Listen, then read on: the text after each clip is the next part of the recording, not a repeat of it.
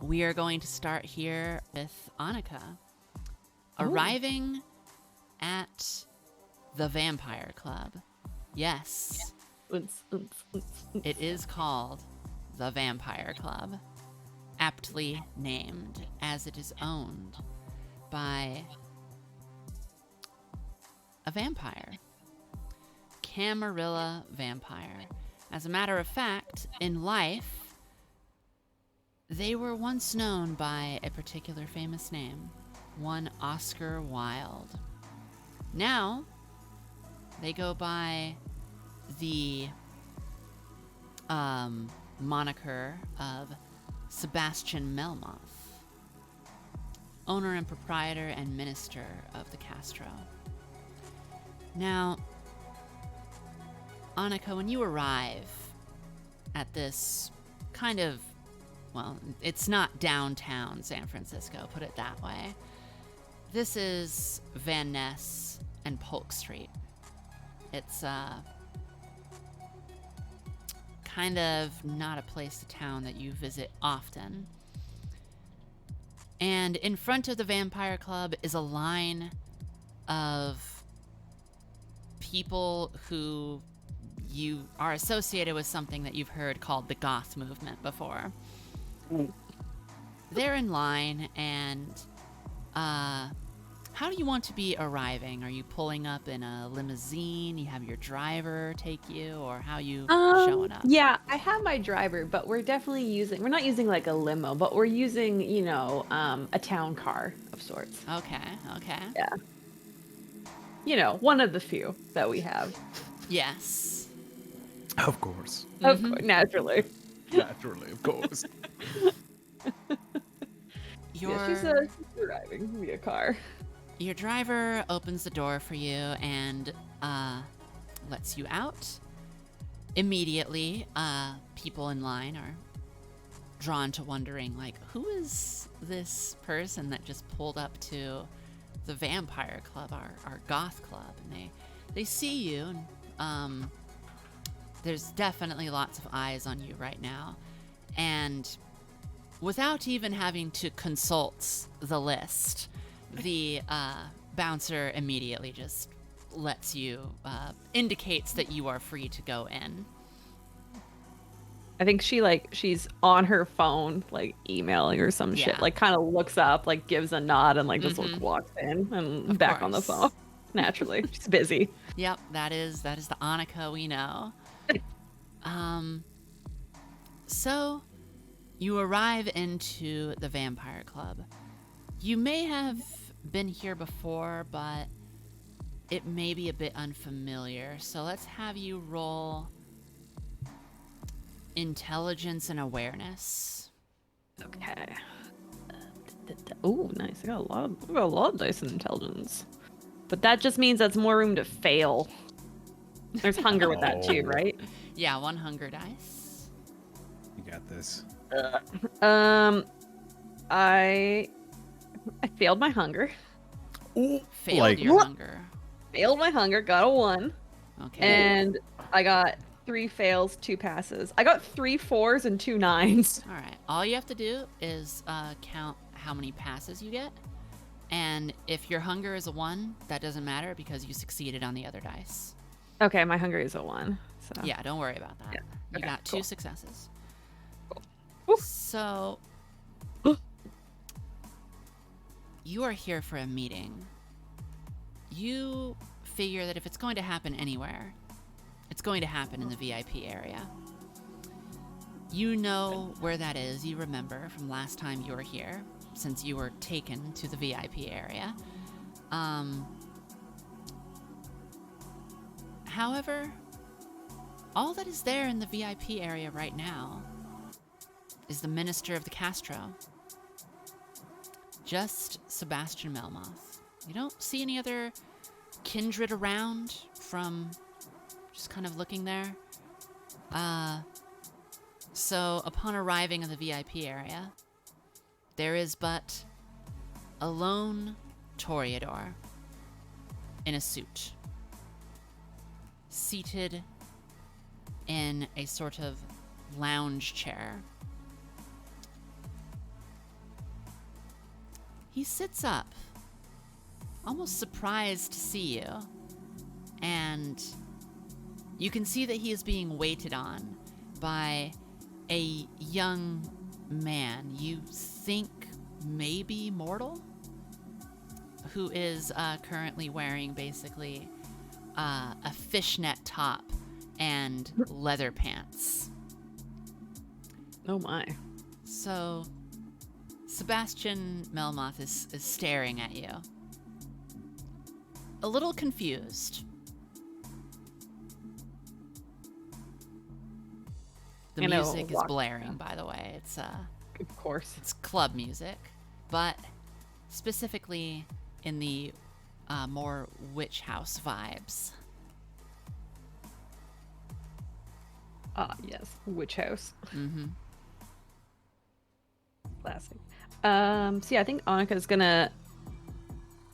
Sorry, my cats are screaming in the background. That's getting picked up on the mic. It's not getting picked up. Don't worry. Okay, good, because he's directly behind me. Anyways, she's gonna walk up to Sebastian and kind of take. Is there like a seat she could take that is near but not like next to him, and also not next to the other individual on like the lounge? Yeah, there's sets of very comfortable, luxurious seats here in the VIP section, of various textures that look like you just sink into, basically. Okay. Yeah, so she'll pick one of those and just take a seat, and is just gonna kind of wait to be addressed by Sebastian, because she's old, but she also knows that there's a pecking order here. Mm-hmm. And kind of wait to be addressed. Forgot to have you do a roll here, which is when you walk in, because you walked past a line full of mortals. You walked into a bumpin' club full of mortals. I'm gonna have you roll willpower, because the beast is excited. Okay.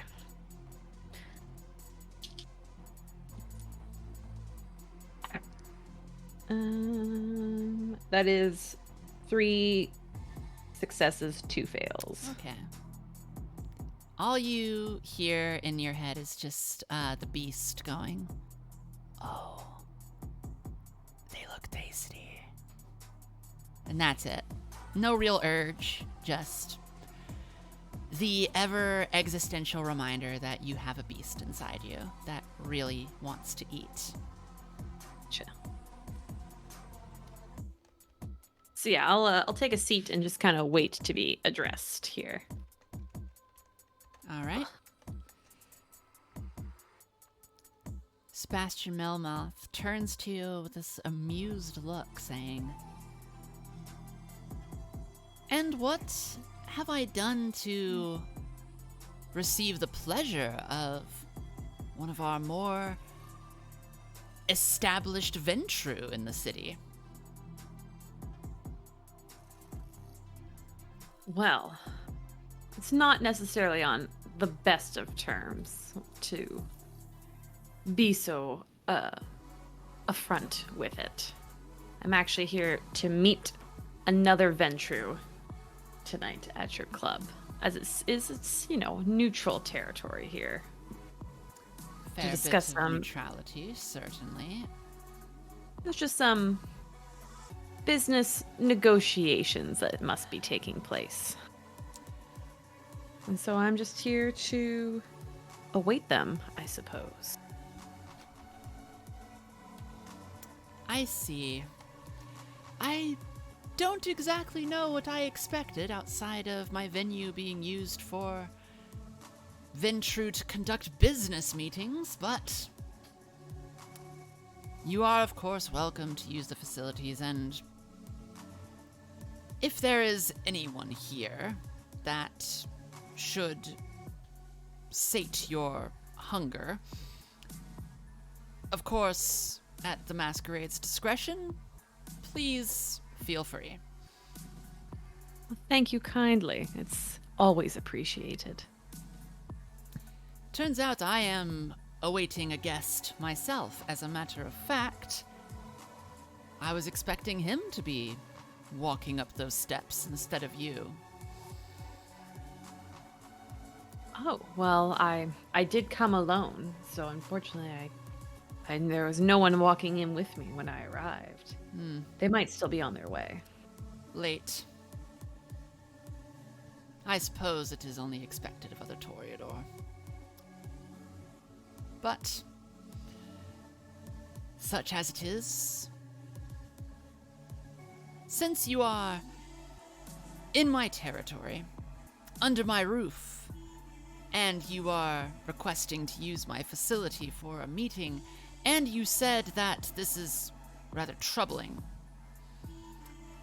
might I inquire what it is? Well, without being too frank, I'm looking to meet with John Wolfe. No relation, obviously. The Anarch. Yes. He's being a touch difficult, to say the least. And I would like this to be resolved quickly and quietly so we can all just move on with our Friday evenings.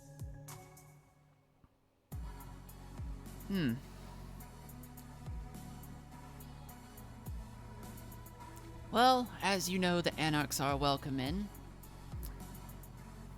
I should be very interested to know what is going to be said, but I will give you discretion. Well, that is, as always, much appreciated. Your hospitality, as always. Of course.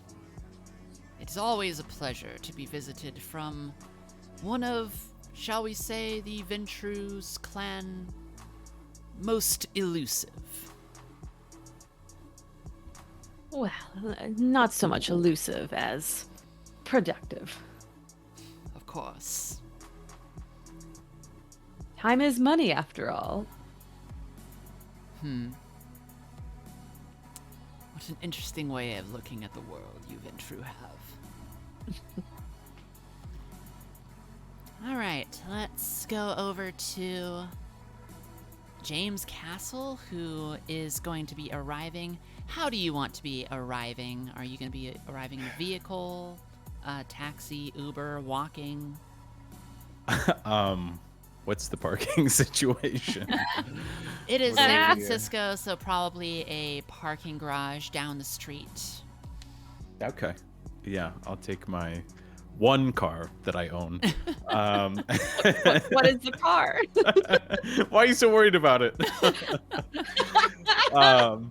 So I have a luxury sedan. It's a black BMW, but it's like the lowest class of BMW. Like, it's nice, but like it wouldn't impress people. Like, it's a nice car.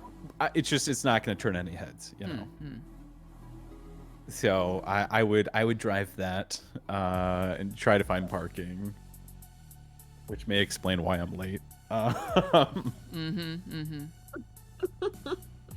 Traffic and parking in the city. If only I had a driver. Yeah, so I will arrive and, park down the street. Walk over to the club. I'm dressed up nicely. I was told to arrive well dressed. So I'm dressed up rather nicely. I've got a suit and a tie on, but it's a bit of a flare. It's almost a deep blue metallic Baroque pattern on the suit with a black tie. So well dressed, but standing out a bit. And I'll head to the club. All right. Unlike Annika, there is, well, you can see that there is still quite the line of goth youth in the front, all excited to get in. The Would you like to be in the line, or do you want to try to go up to the front? I'm gonna go up to the front. All right. I was invited. The bouncer stands up and grabs a notepad, looks at it, and goes, "Name?" James Castle. James Castle. Sebastian should be expecting me. Ah, yeah. Here you are. Yeah, go right on in the VIP area. Just, go to the middle of the dance floor, look left, look at the stairs, take you right there. Dance left, up the stairs. All right. Hey, I appreciate you. Thank you. All right. Heading on in. Yeah, heading on in. And you will also have to make that willpower roll, as going past this line of mortals and into now a dance floor of mortals. Bunch of youthful mortals having a great time out there. They look like they're having such a great time. Such a great time. Mm-hmm. What do I need to roll? Just however many willpower you have. Willpower. Well, okay, so willpower against hunger also? No, don't add your hunger dice. Okay.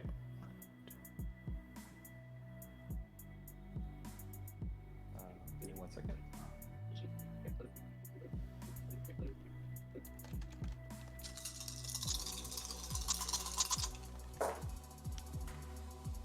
Okay. Ooh. Yep. That's got it. Those are the sounds of a good roll. Yeah, a couple of the numbers were good. Like, so there were 4 successes and then 1 critical failure. Okay, that's all right. So that will round out to be 2 successes. Okay. So while your hunger doesn't raise, the beast does speak to you and says, "Hold on, before we go to the meeting, don't you think we should grab a snack? Look at them. They're everywhere. It'd be easy. You could do it. Come on." I'm a bit hungry.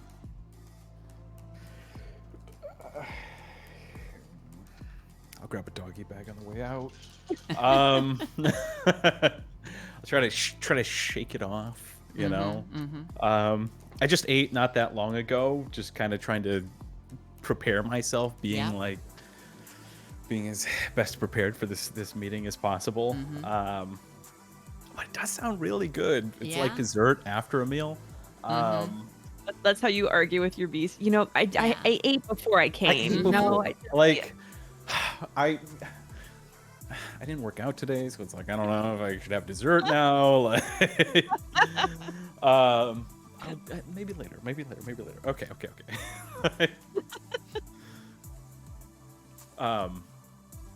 Yeah.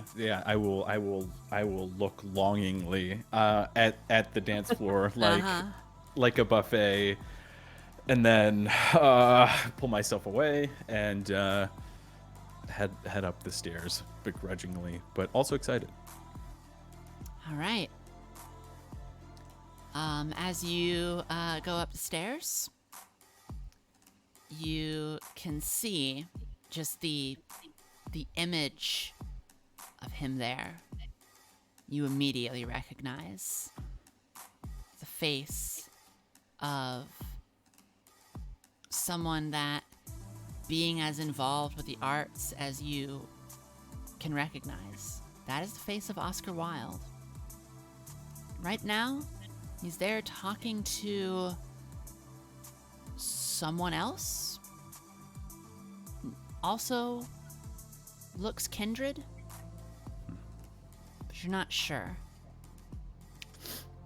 But you arrive, to which Sebastian Melmoth goes, "And here he is. James Castle, I presume." He says all this while not leaving the chair or anything. But his, shall we say, assistant walks over to you, with a tray and has a little shoot of like a champagne shoot, and inside is a red liquid that immediately goes into your senses as being blood. Thank you. Sebastian Melmoth, it is an absolute pleasure. Apologies for my late arrival. Difficulties arriving. But it is a pleasure to see you. Allow me to introduce a very important member of the Camarilla herself. This is Annika Wolf, a Ventru.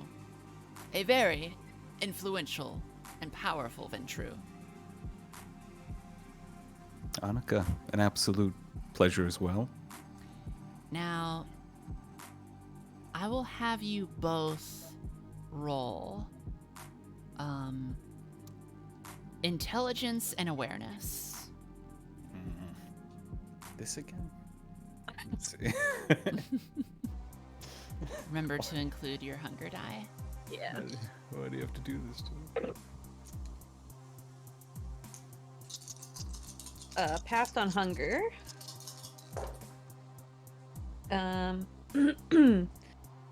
2 passes and 3 fails on the other. For sure. 3 successes. Just that's it. 3 successes. All right. James Castle, you have absolutely heard of Annika Wolf, the one that lives in the penthouse. This is her. You've never seen her before, but you've heard of her influence and you've heard of her power, essentially. So you also know that Redstone Media has had to do things with her company, Arclight Medicine. Ads and such things have had to be taken into consideration and whatnot. Annika, you're suddenly realizing that this James Castle that your company has had to do business with is led by this young Toreador. It's interesting. Yeah, I think Annika just kind of is eyeballing him. Mm-hmm. And she's got like a drink with like a straw, and she's just kind of slowly slipping through the straw. Drinking your blood through a straw. Very nice. Yep. Yeah, James will kind of go to do the thing where he like goes to put his hand out for a second, and then seeing that is not the vibe, just kind of puts his hand into his pockets, and very coolly, very smooth.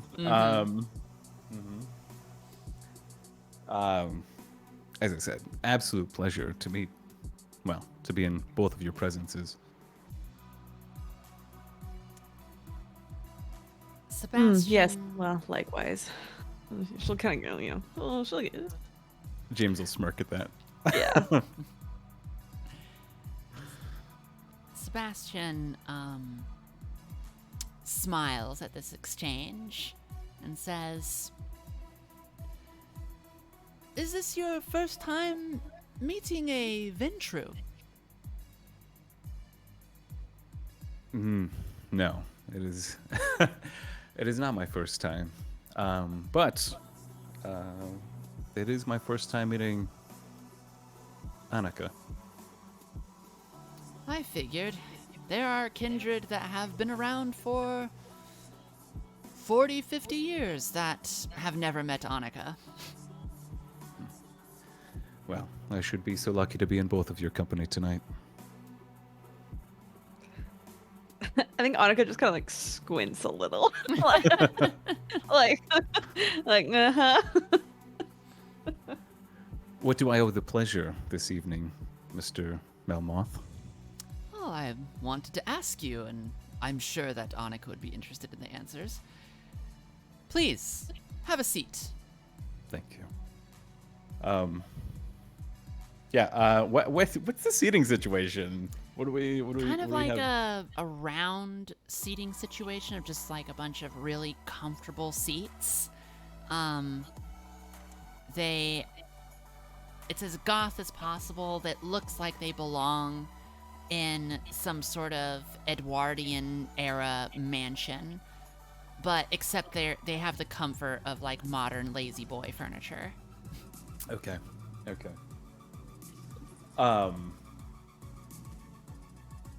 So I'm trying to picture it in my head, but I'll probably sit.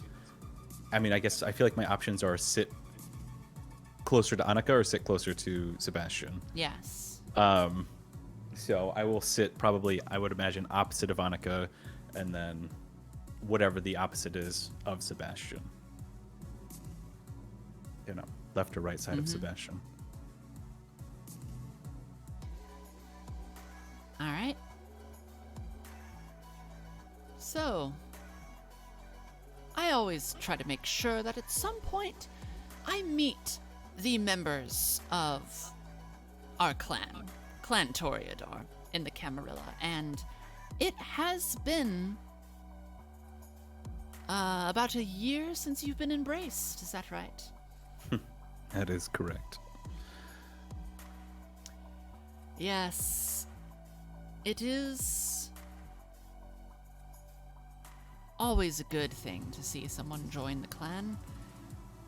And I wish to make it known that as a Toreador and as a distinguished guest, this place and all the mortals that you will find moving about the dance floor and in and out of the bathrooms or working behind the stage, feel free to enjoy.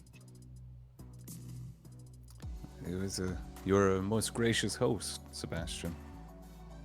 Well, try to make things comfortable, especially for people who may still be getting used to the way things, how we do them in the Camarilla.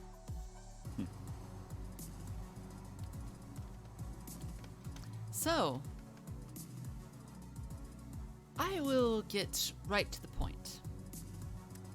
You had the, shall we say, privilege of representing our clan at the Gangrel Hunt lately. You are not mistaken. I was there. And, I do want to just address that Clan Ventru, and he turns to look at Annika, was also invited to have a representative, but none came.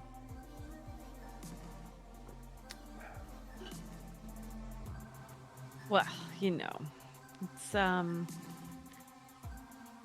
life is just a little bit busier when you're in the Ventru. It's just hard to make accommodations from time to time. Doesn't mean we're any less committed, but we just have other duties. I want you to listen to that, James Castle, and understand that that is the most Ventru sentence that this Ventru could have possibly said. James choked on his blood a little bit, like as he was sipping the champagne flute of blood, and like held back a little bit of a laugh. And yeah, I see.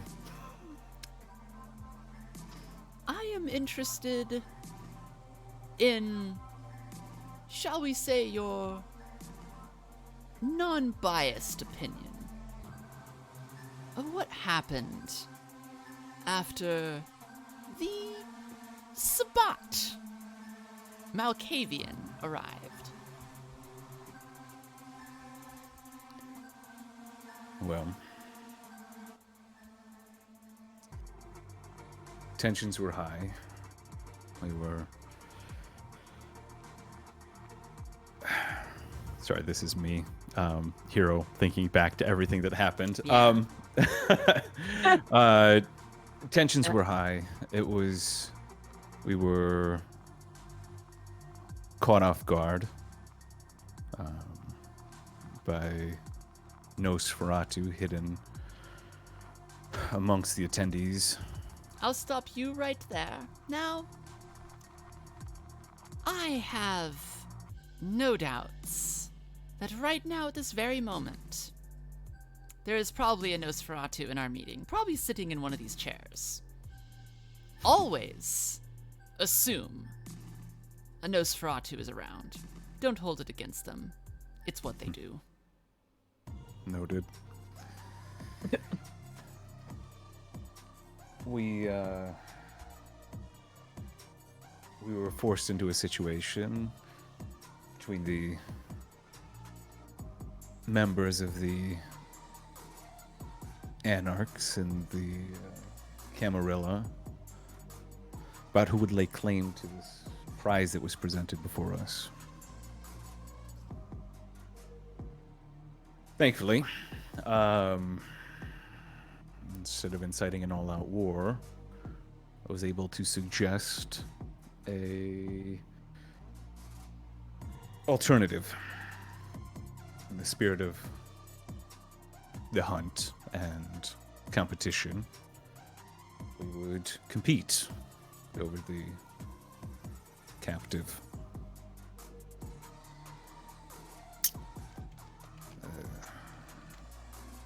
They sent their best, Mandy, Yes. and it was chosen that is that her name Connor? Is it Connor? Is it Cosidius. Cosidius? It was chosen that Cosidius was chosen to represent the Camarilla. Unfortunately, as you know, we were not victorious in this competition. I had heard from the prince that, well, that Mandy had attacked Cosidius for the claim of this final hunt. Would you say that that's accurate? What I can say is two parts. I didn't see the altercation that happened between the two. However, I do know that Mandy threatened my life as well as the lives of the other Camarilla in attendance to obtain her prize by any means necessary. As to what happened in the woods, I couldn't tell you. Annika, what would you do if Mandy had killed James Castle at the Gangrel Hunt in cold blood? What would you think about that? James Castle looks at Annika expectantly. You just hear like straw slurping sounds because she's at the bottom now. Mm-hmm. Well, I feel like that would probably have caused a problem and would rock the boat of disorder, if you understand what I'm saying. And I can't quite speak for it as I wasn't there, but I believe that would require some finessing of the political landscape if that had occurred. Now, whether or not I would have gotten involved, now that's neither here nor there. But it would definitely be a cause for concern. Do you hear that, James Castle? Your death would be a cause for concern. I want you to understand something. This isn't a Ventru Toreador thing. This is not even rooted in something such as animosity or anything like that. Simply put, Annika is older than you. You are younger. This is exactly the way Mandy looked at you.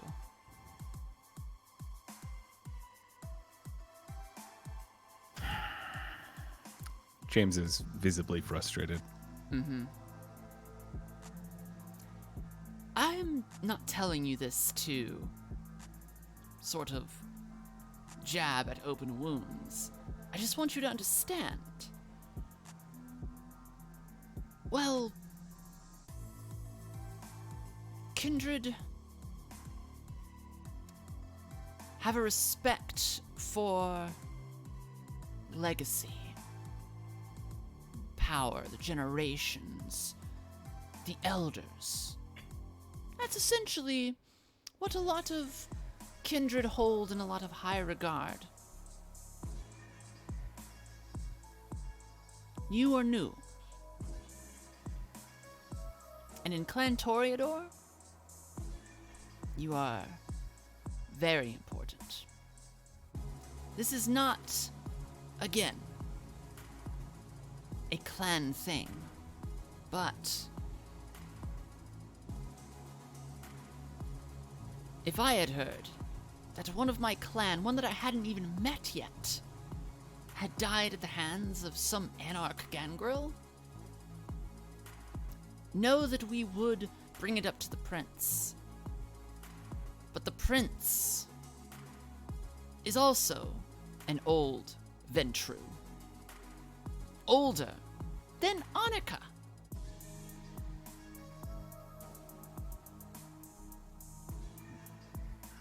You are protected by the Camarilla, of course.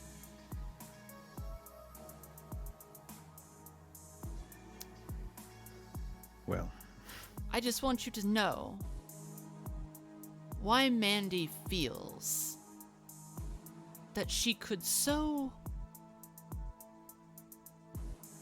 casually threaten your life. Because this isn't just a Camarilla thing. The Anarchs, as much as they want to deny it, are exactly the same way.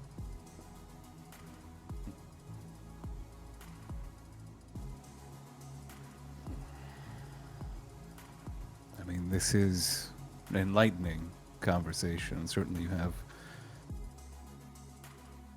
deeply developed perspectives. In that moment, well, I understand that the Camarilla offers protection. I believe that I was offering to protect the Camarilla. Hearing that it might be a concern or the footnote of a board meeting does cause some discomfort.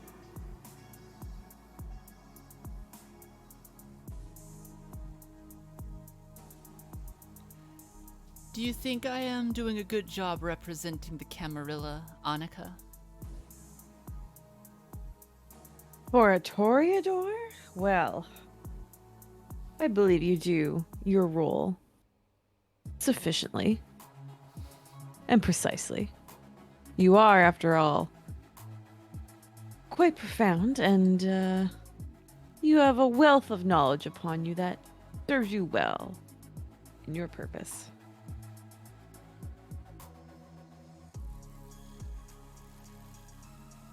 But I guess you're looking for a yes or no, in which case I will give you a simple yes.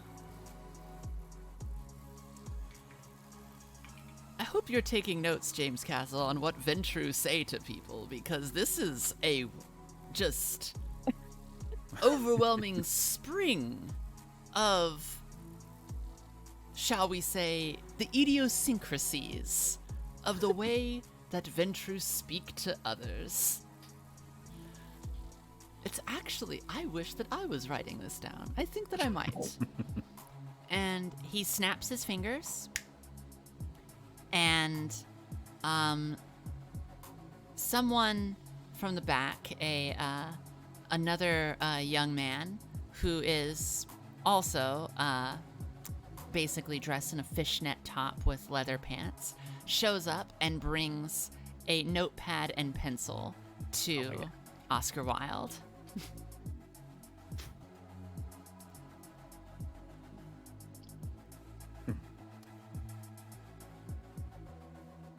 No, as I said, this is a most enlightening experience. Castle smiles at Annika. It would probably be easier if you just used a tape recorder, to be honest. Writing takes a lot of time. And he writes that down and just goes, yes, but how boring. I'm assuming he's got like a feather quill of sorts. Oh, absolutely. Like some ostentatious fountain pen of sorts. Oh, yes. Definitely a fountain pen, right? 100%. 100% a fountain pen. And it looks like he might be writing on like thick sort of like paper that was made in the 1800s. Like a roll of parchment. Yes, of course. Oh my god.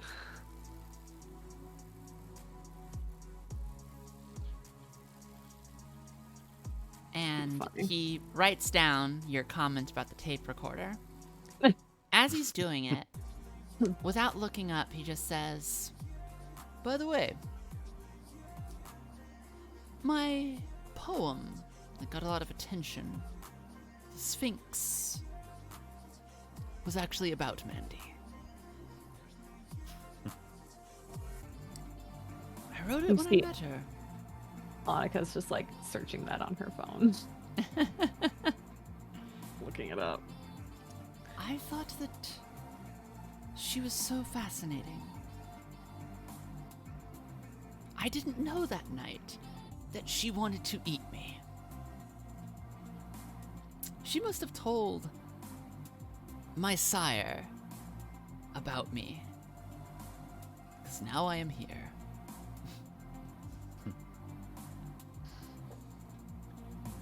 And he finishes writing down what he had, and he just holds up the notebook, and it is taken by the same person who put it in his hands. It's like, now, while we're here, why don't we have just a little bit of fun while we wait for your associates to arrive, Annika? Well, gladly, I might as well. I don't want to be kept waiting too long. But socialization is good for one, or so I've heard. Should try it sometime. I heard that. I know, I said it to you. Now. And he takes you all to this sort of balcony edge overlooking all of these just young goths dancing. As we're walking, Annika just like puts a heel out and trips Castle really quickly. Okay, hold on. I That's will use my quick reflexes. yeah. Okay. Annika, you're going to have to roll Dexterity Subterfuge. Okay. Dexterity subterfuge. Cool.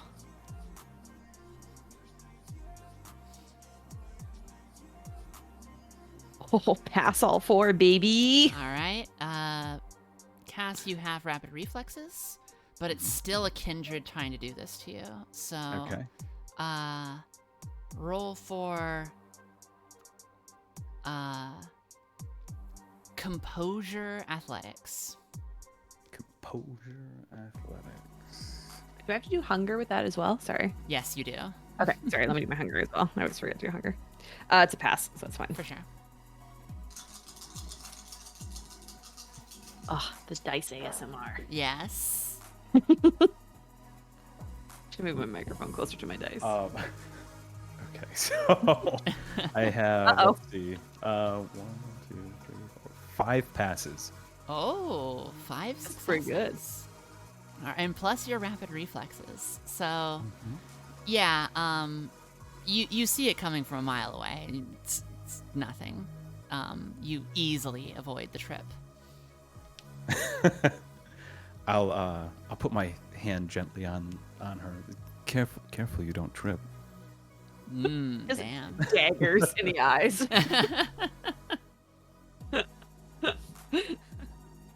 I like it. She goes, oh shit. Ugh. Just smile. Yeah.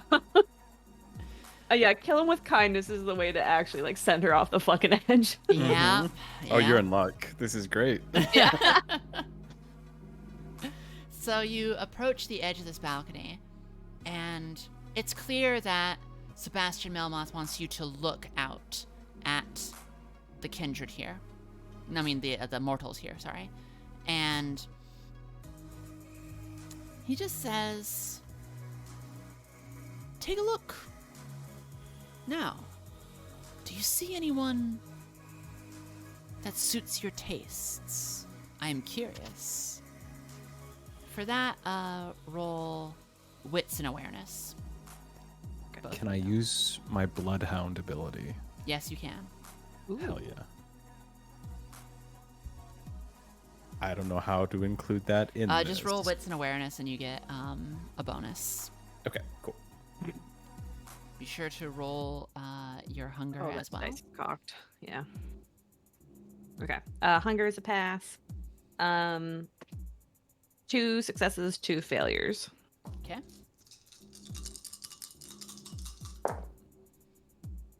Okay. 2 successes. All right.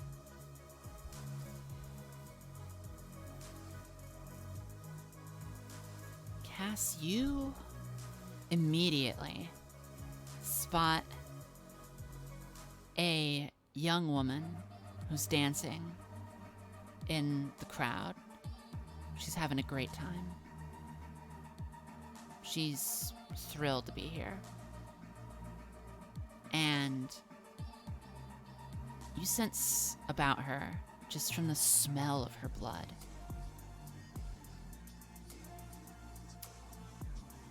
she is aspiring to be a performer. She has that scent to her soul. It's what she wants. And she's almost at like this grind doing some sort of entertainment already, but she's hoping that it leads her to something big, but can't quite tell. She's wearing all black, as it is a goth club. Fair enough. She has these tall boots, black skirt, and a small black top that just kind of barely covers her belly button. She has these earrings in that have Luciferian sigils in them, and darkened colored in eyeshadow. Your beast tells you inside, I bet she's tasty.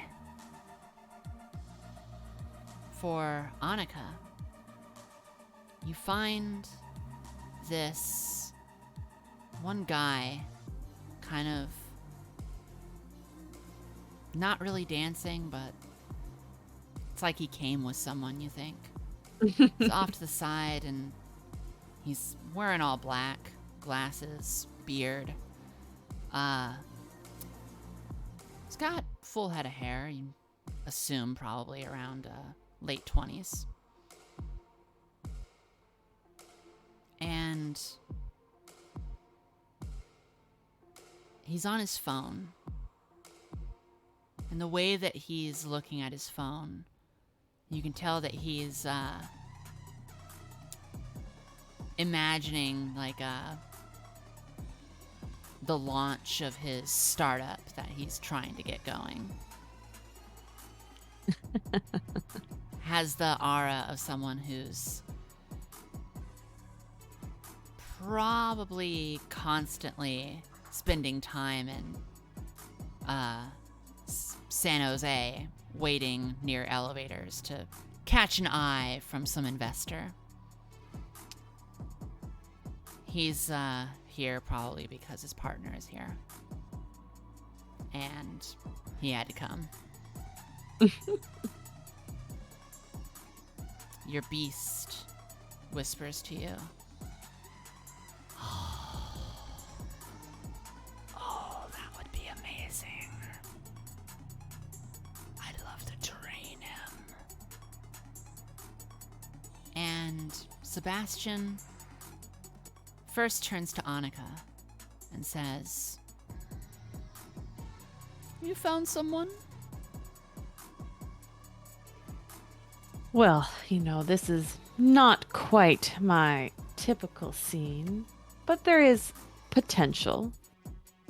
However, I must assert that, I am here on business purposes, and I mustn't get too distracted from my goal here this evening. Oh, of course not. But I was wondering if you could point them out to me and James here. She'll just she'll just daintily point out the individual in the crowd that is of note. Sebastian just nods, then turns to Cass and goes, "And how about you?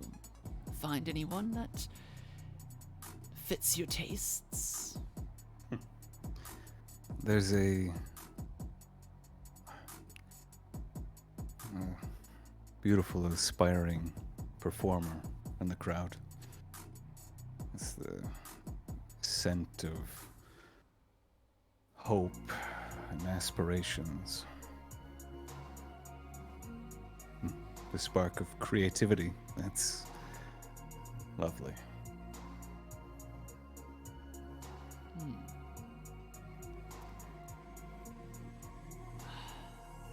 The taste of Kindred. So different. There's plenty of mortals always to choose from. How beautiful I find that. How wonderful.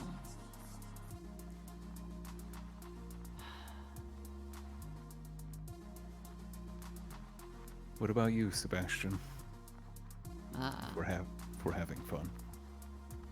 He turns around and indicates the VIP staff. He says, "I like to, shall we say, ask first. I find them. I tell them who I am. They don't believe me.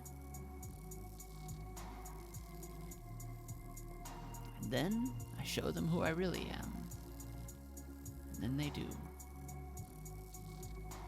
And some might find this a breach of Masquerade, but I know they're not going to tell anyone. And they know it too. These are beautiful, beautiful mortals.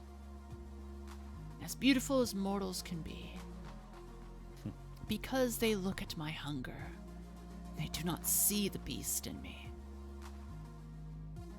They still see me.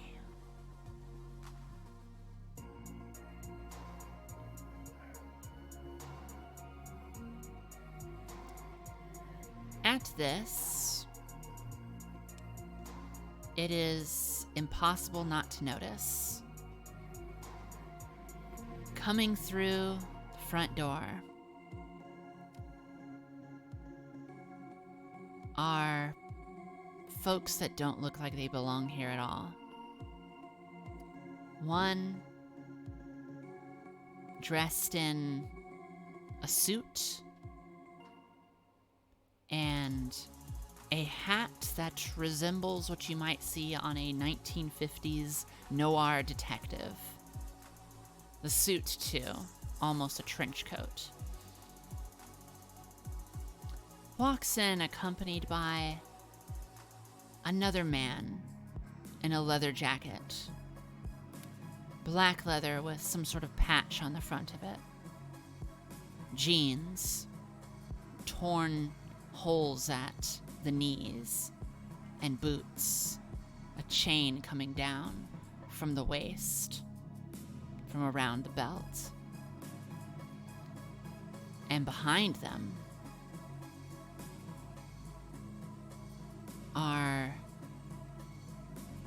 about 4 other individuals, all wearing just basic graphic t-shirts, jeans, and sneakers. They come in. The one in the suit and the hat turns and stares directly up at the VIP booth. No mistaking. These are Kindred, and Annika, the man in the suit, is who you came to meet.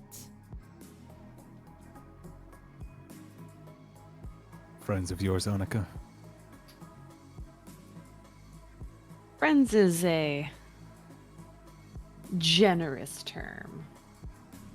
She'll put her phone in her pocket and say, well, this has truly been a pleasure, Sebastian, and unexperienced James.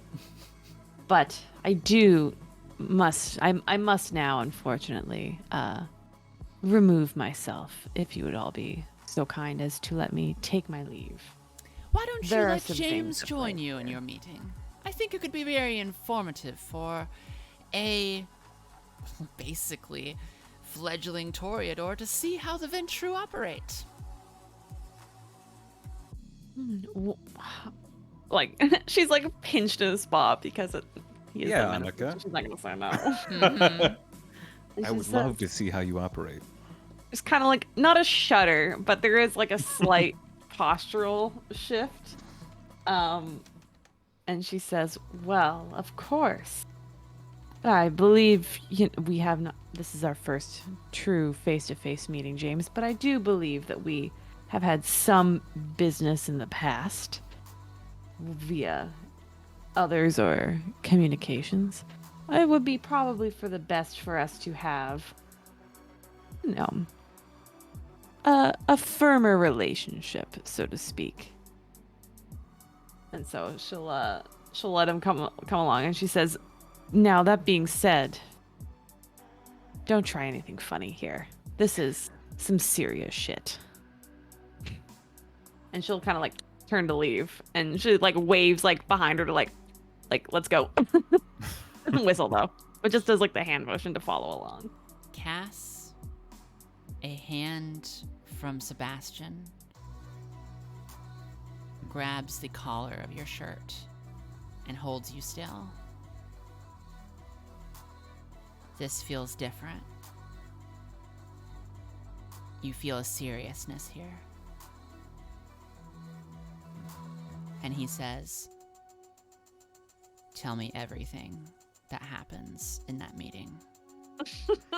And then he lets go of you. James just nods, direct eye contact, nods, Mm-hmm. and takes a moment and then follows after Annika. All right. Real quick, let's have ourselves a little 5-minute break to de-stress as this meeting is going to begin. Whew, all right. Oh yeah, For a meeting. yeah. I gotta get a little snack so I can stress eat while we play. Yes. Nixie, welcome in. Captain, welcome in. Grackle, welcome in. It is so good to see everyone, and for all of you lurking as well, thank you for being here. just a reminder to everyone, this is Vampire the Masquerade. This is Chapter 5 of our chronicle, Kindred of the Bay. It takes place in modern-day California, San Francisco Bay Area. It is Episode 5, as I said. If you want to listen to the first parts, they are on my YouTube, AstridTheHorrorGirl. They are all there. You can feel free to listen to catch up. There are also little links to videos of little things that happened in universe between each session to lead up to events such as this. We go through players, and we have, like, these are both returning players, but they've never played with each other before. The only constant is the setting, the rules, and I'm the storyteller. And I hope that y'all are having a good time. It's very good to have you here with us this evening. Something that the players don't know is that there has been Witch House playing this entire time. That's the one thing that I'm sad that I don't get to hear. I have to, like, I'm like getting into my brain and assuming that there's like the bass thumping to the point where you like can't really hear anything. Yeah, and everyone's you just know. yelling at each other. Mm-hmm. I might just play some in the background, like in my own headset, really low, just so I can hear it. Mm-hmm. Like, I'm gonna play it really loud and put you guys really low, and I'll yell. Oh, yeah. To really get into it. kind of love that. Yeah. Perfect. Yeah, this has been fantastic. Thank you, Astrid. Yeah, I'm excited to see where Thank this you goes. for being here. Goodness. All right. Let me know when y'all are good and ready to continue. I'm gonna grab some water myself. I seem to be running low. Yeah. Okay. I will be right back. For sure. You're back.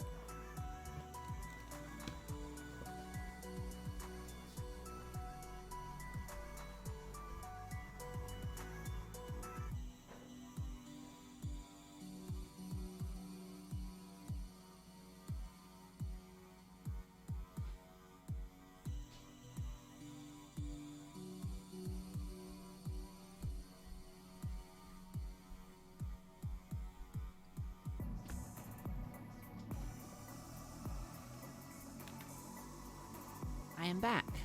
Nixie, you should play TTRPGs again. They're the best. And you should play Vampire the Masquerade, because it's a favorite. It's wonderful lore, it's a wonderful system, and it's so deep and intricate how rich the lore to the game is.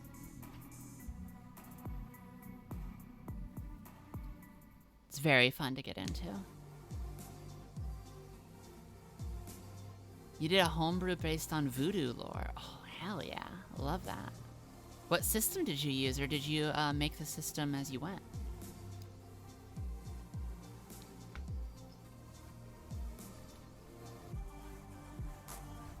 3.5-esque, gotcha.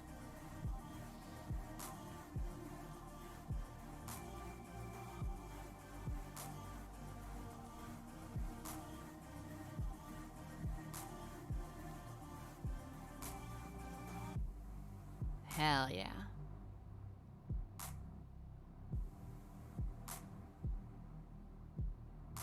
Oh, we love that, Nixie. Love that.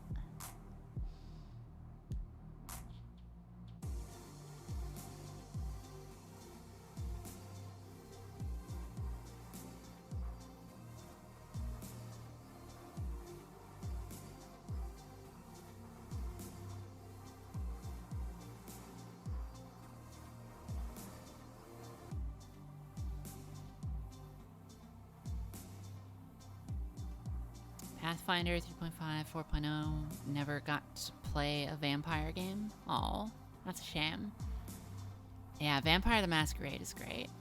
Really, really fantastic. It's part of World of Darkness, which, one of my favorite fictional universes. Vampire the Masquerade, Werewolf the Apocalypse, Wraith the Oblivion, Demon the Fallen, Hunter the Reckoning. So cool.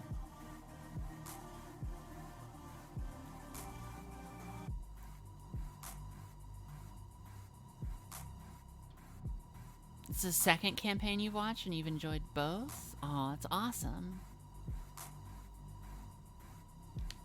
Yeah, Hero, you've played D&D, Call of Cthulhu, and this is your first, World of Darkness game in general?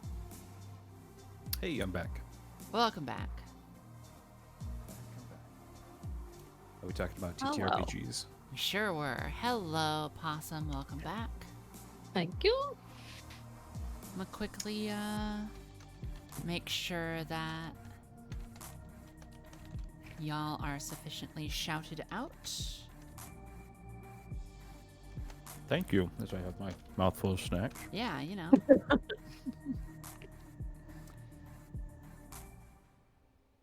Both of these are excellent, amazing streamers. Possum, amazing friend. Hero, amazing friend. Really, really great. Please follow, please watch. They play a lot of horror content.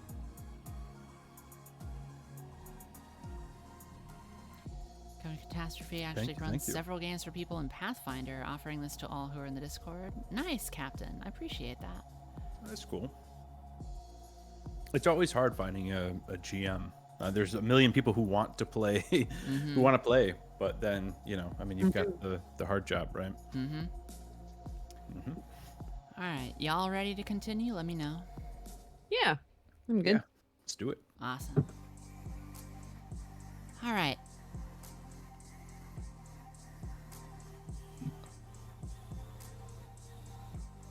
Ahead is John Wolfe. You go to a room that's sort of in the back area, as it were, backstage, behind where the DJ plays, where the past where the bathrooms are, basically a storage facility. Just a room with lots of boxes and equipment that's unused, but large enough and sufficient enough for everyone to be inside. It is Annika Wolf, James Castle, and 6 others. One in a suit, one in a leather jacket, and the others in just plain graphic tees and sneakers.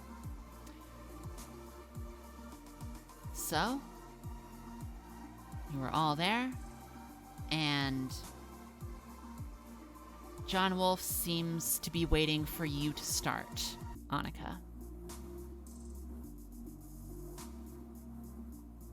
All right, John, I've heard, let's hear what you have to say. I would love to know what it is this issue is that you seem to have. As we all know, these shipments are rather important, and committing such a interesting action is not without repercussions, but I'm sure we can keep those to the bare minimum. But what exactly is your reasoning here? Yeah, repercussions. Exactly. Well, first, since I see that you got yourself your own sort of fucking bodyguard here. Hi. And looks directly at James Castle and goes, "My name's John Wolfe. I'm an anarch. I'm a Ventru. This over here is, is a friend of mine, Brandon Bellflower, Bruja, also Kindred, manager of a wharf over on Oakland. And this behind me is a bunch of fucking Duskborn. You got that?" Sure thing. Name's James Castle. It's a pleasure. Yeah. You're from Redstone Media, yeah? You've done your homework. Yeah, I've heard of you. The Anarchs talk about you a lot. News to my ears. Yeah, the Camarilla don't give a fuck about you. Get used to it. Anyways, Annika, I wanted to show the influence and power that I have over in Oakland over your shipments first, right? So, you understand you're not shipping anything through Oakland or out of Oakland unless I say so and unless Brandon here says so, right? So, you got that through, and that's good. Basically, I want something, Brandon wants something. Who do you want to start with first? Well, who the fuck is Brandon to me? Brandon, just kind of goes, I'm the manager of the wharf. All right? Is that some kind of awful clothing store? Fucking Ventru. I'm the one that says what ships are able to dock. I'm the one in charge of that. The mortals don't know it. All the Kindred know it on the Anarch side. Doesn't fucking matter to me that all of the camis seem to have forgotten.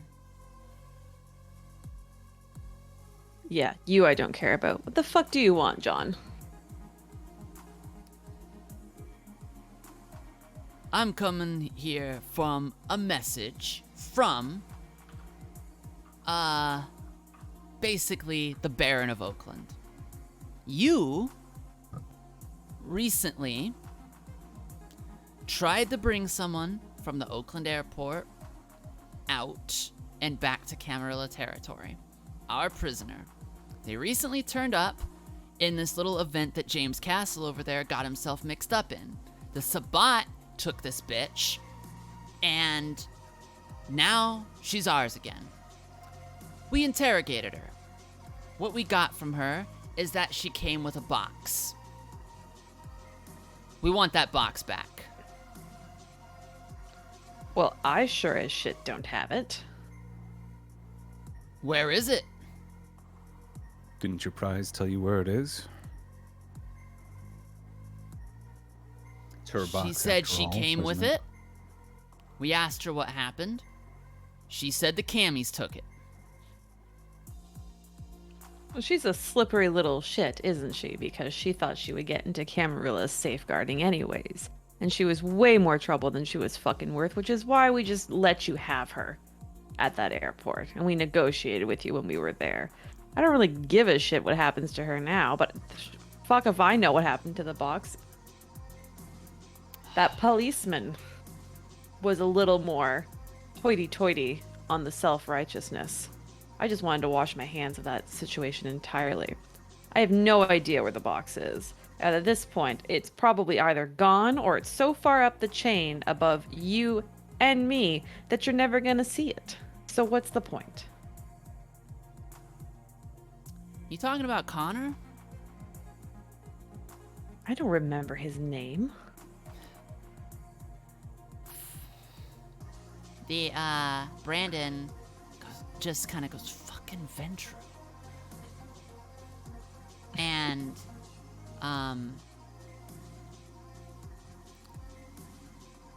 John Wolf just goes, he steps forward a bit. And he says, all right.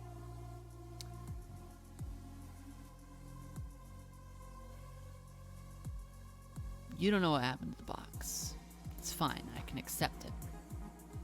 I get that. I just want to confirm, first and foremost, that there was a box. When she got off that plane, she had luggage that could have been a box.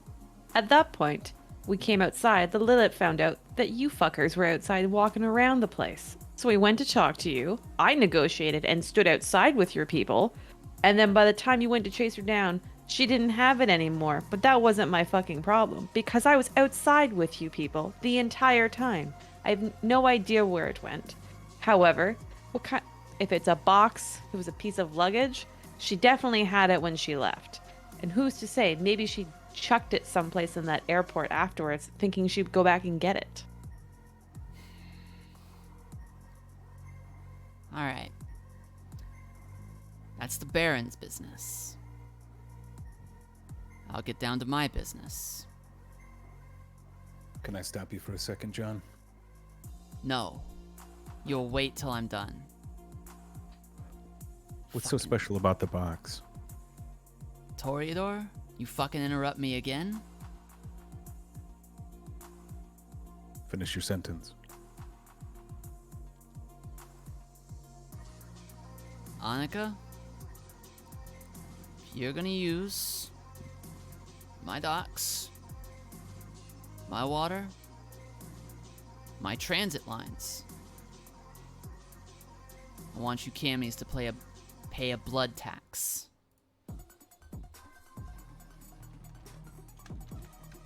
A blood task? You don't technically own the water, just so we're clear. Y'all got San Francisco Bay. We got Oakland. We got San Pablo. If you want to use it, we want some blood. And how much exactly are we talking here?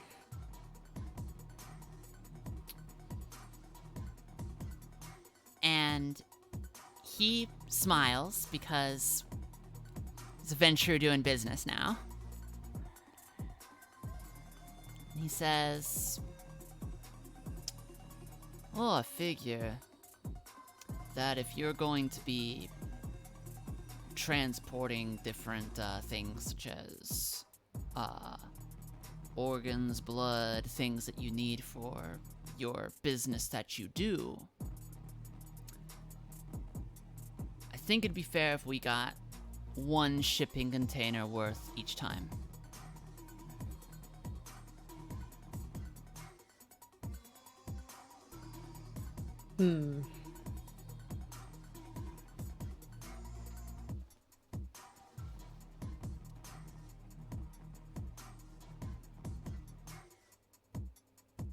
I will take it back to the board.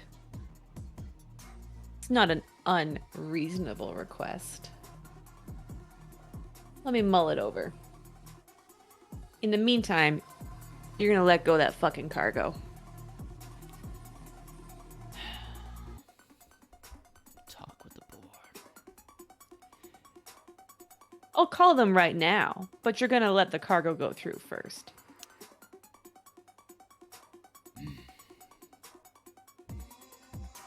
I would like confirmation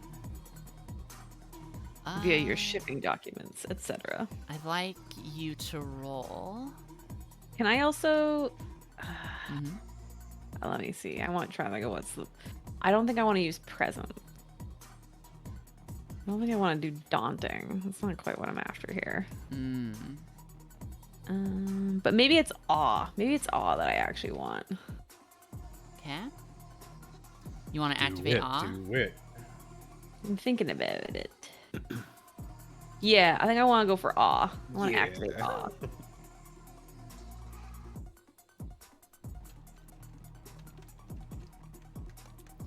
All right, so you activate awe. I will have you roll. Well, let me ask. You're wanting to,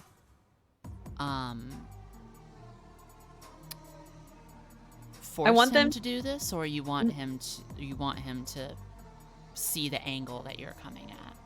I want him to see the angle that I'm coming at, and that it would be in good faith if we're to make a business relationship that he lets go of the cargo he currently has hostage in exchange for me telling the board that I see his negotiation as reasonable. Okay, roll charisma and persuasion. Okay. While that roll is happening, I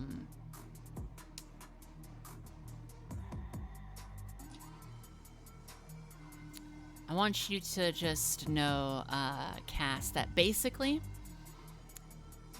all the these guys in the back that haven't done any talking, they're all basically looking at you and kind of talking amongst themselves. So that was 6 successes out of 8 rolls. That was including hunger. Hunger was a 10. How many successes? I'm sorry. I have a lot of charisma. How much? what was that? It was 4 for persuasion, 3 for charisma, and 1 for hunger. I dunked all my points in charisma. Okay. What did you roll on your hunger dice? A 10. Ah. Oh. Excellent. Yeah. Excellent. So, you can tell that this Ventru is going to give you exactly what you want. You said exactly the right thing, and he's been disarmed. He's got nothing. And this excites you so much that you can feel the beast wanting to come out. The beast says to you, "Yeah, I like that power. Yes. Doesn't it make you hungry?" And add 1 hunger to yourself. Ooh.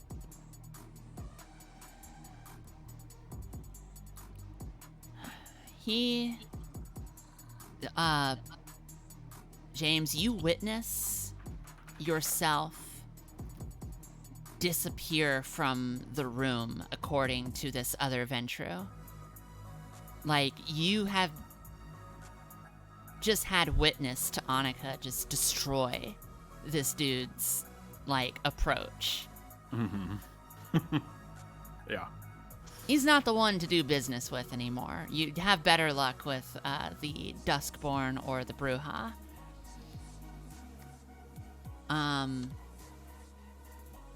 John Wolf gets his phone out and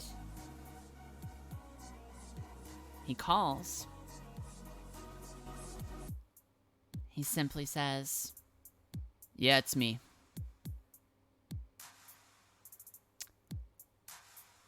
Tell him it's back on schedule." Yeah. Let it go. And then he hangs up.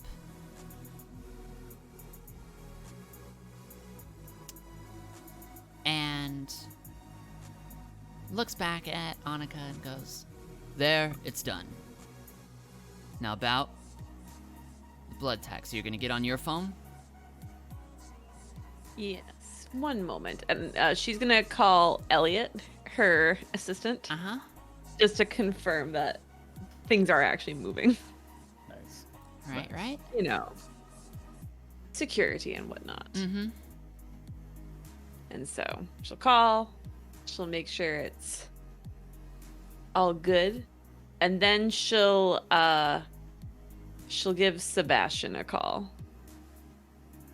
Okay.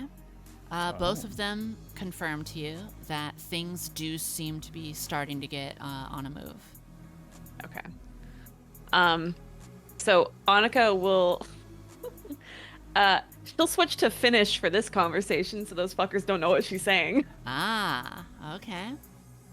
And she'll tell Sebastian, her maker, in Finnish, what the deal was, and that, you know, one shipping container on a whole boat is just a drop in the water on our end, and that if he was smarter, he probably would have asked for more. So. And he also never gave us a date saying it was indefinite or anything like that, so we can squeeze him for it later. All right. And I'll get off the phone and say, "It's done."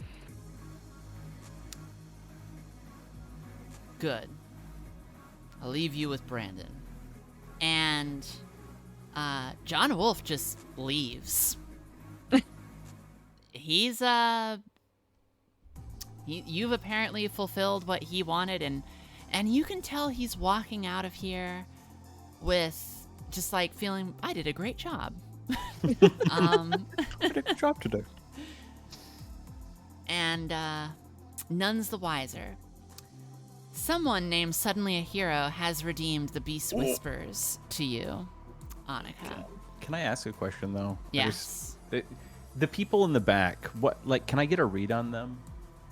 Like, what's, like, do they seem, do I get any, like, how old wits they and are insight? or anything? Okay. Annika, the Beast is going to whisper to you. This is pure roleplay. You do not have to respond if you do not want to. Okay. I'm so fucking hungry. You're gonna let that Venture just walk out of the room? Fine. Maybe you can convince that Bruja to leave, and all it'll be here is you and these Duskborn. Fucking thin bloods.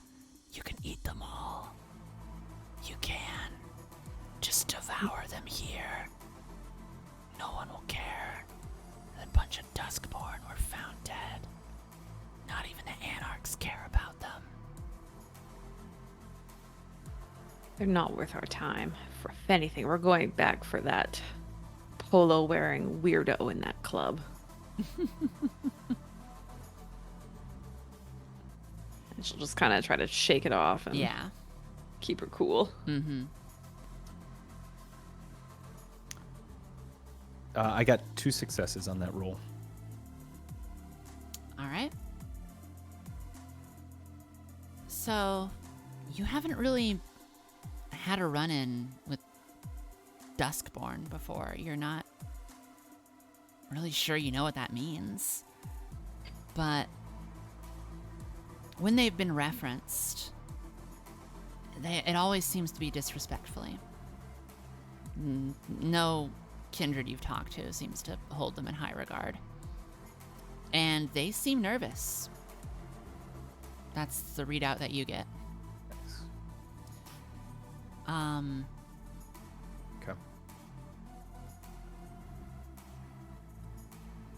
Okay. Then Castle will speak up. Hey, you back there. What are you whispering about? Care to share with the class? They stop and they freeze. They look wide-eyed, and Brandon in front points at you and goes, "Hey, Toreador, don't fucking intimidate them." My name's Castle. I heard that. So what's in the box that you guys are so interested in? That's none of your business. Seems to be. I'm here at the meeting, aren't I? Frankly, it shouldn't be any of the Cammy's business. But I wasn't here to talk about the contents of a box. That was John Wolfe, who seems to have forgotten that. But I'm here to talk about something more fucking serious. So listen to me, Annika.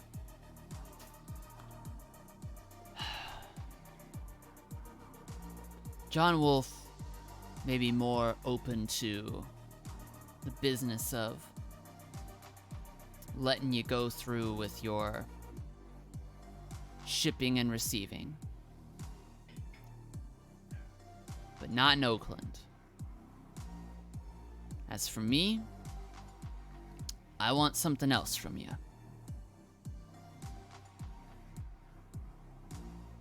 Or basically, Arclight's gonna have to stop doing business in Oakland.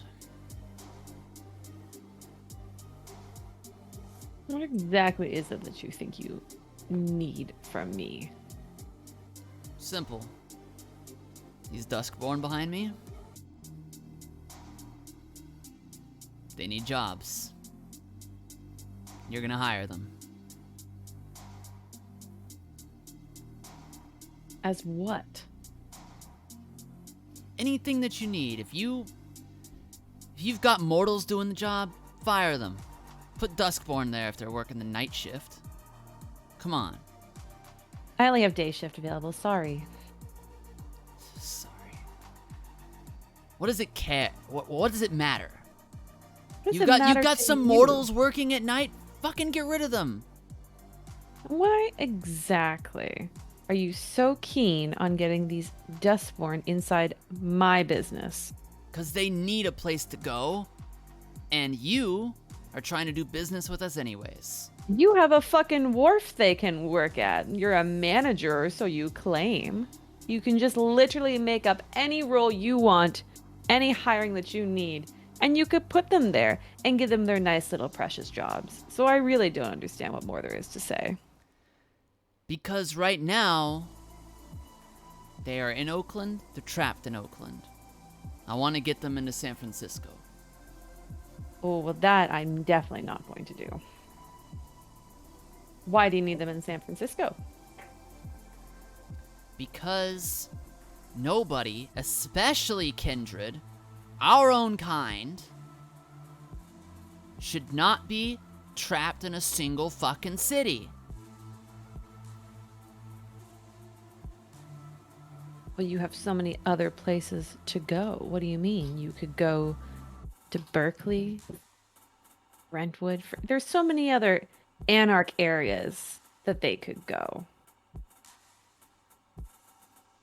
Aren't San Francisco. To do shipping and receiving work?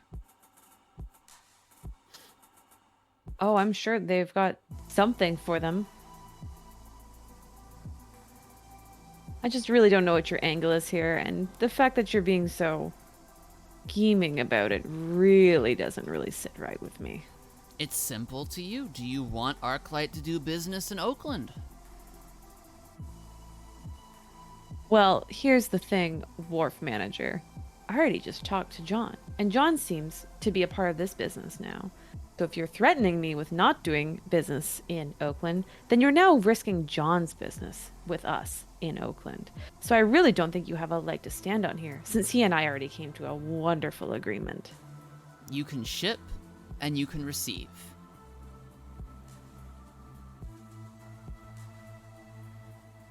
Fine. But ain't no hospitals gonna be taking in any of your medications, your transfusions, your organ donorship. None of it. Not in Oakland.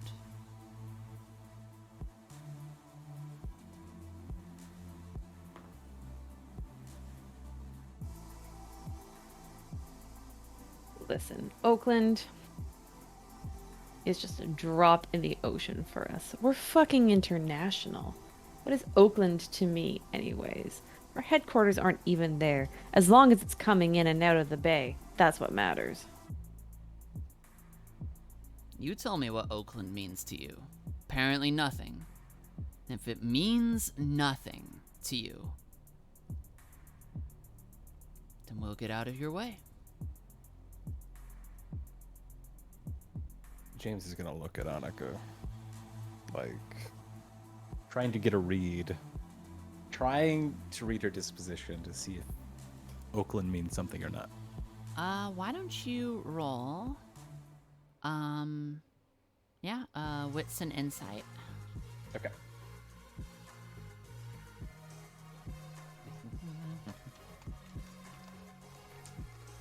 Not great at all that, but let's do it. I'll take it. 2 successes. All right. Annika, what does Oakland mean to you?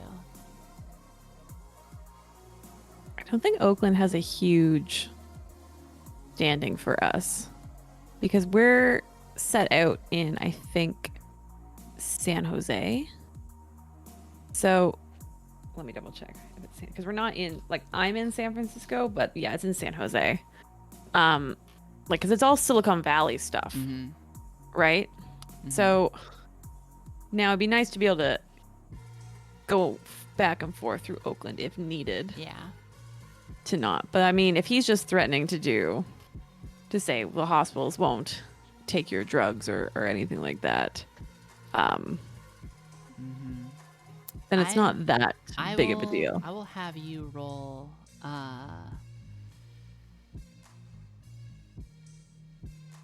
intelligence, finance.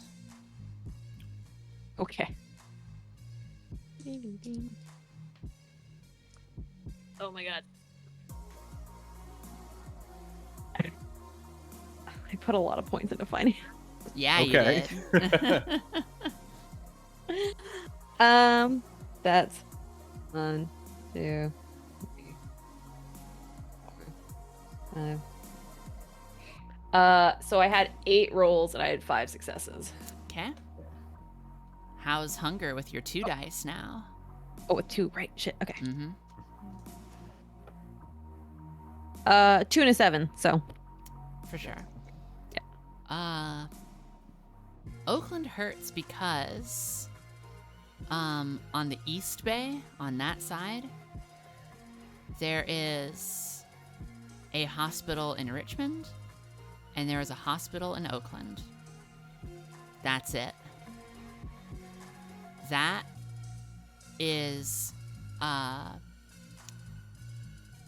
something that supplies medical care to around 4 million people. And because infrastructure in this area is shit, losing Oakland is losing half the bay.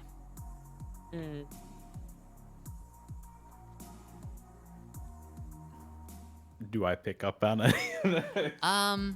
You pick up on that this isn't just a little drop in the bucket. It's worth a negotiation, at the very least.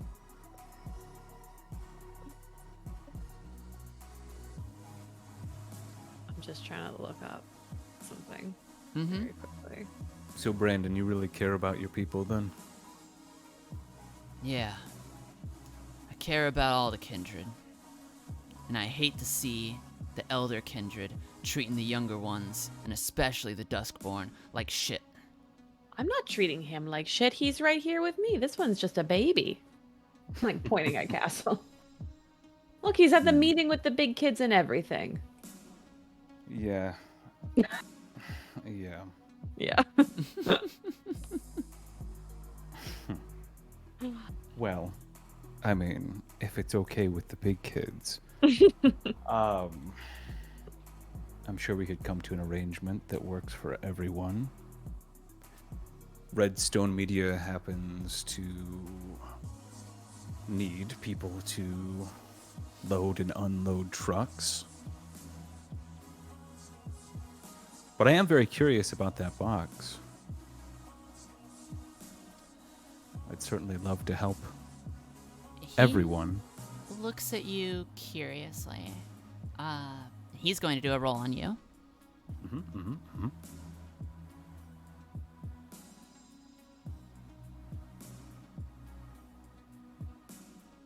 Alright.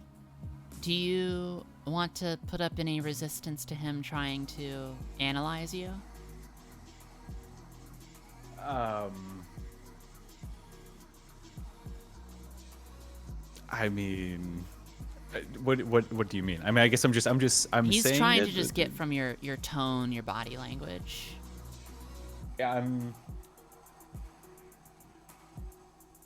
I will say it. I mean, I'll just say it, and I mean, I guess I'm not particularly trying to hide anything, but I don't For need sure. to. I don't want everybody to know all of my intentions. Yeah, so, no, he's not reading your mind or anything like that. Yeah. Okay.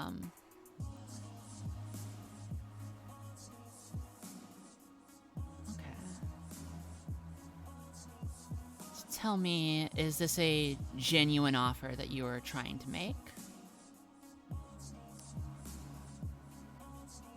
It is. It is genuine. Okay.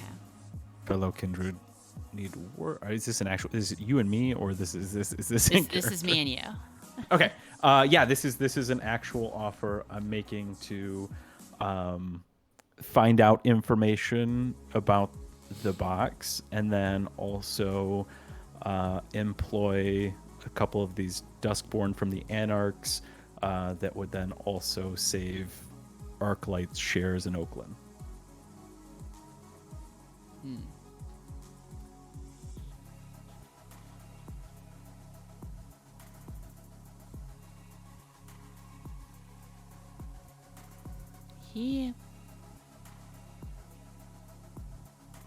You can see that he has a lot of anger in him, but it like subsides when you offer help. And he says, I'm gonna be honest with you. I don't know what's in the box. That's shit the elders talk about. I just know that my side wants it. They feel they deserve it. And I'm with them on that. Because that's my side. But I didn't come here to talk about it. I really don't fucking care about the box. What matters to me is what matters to the Kindred, Duskborn, myself. And if you can believe it, people like you. Well,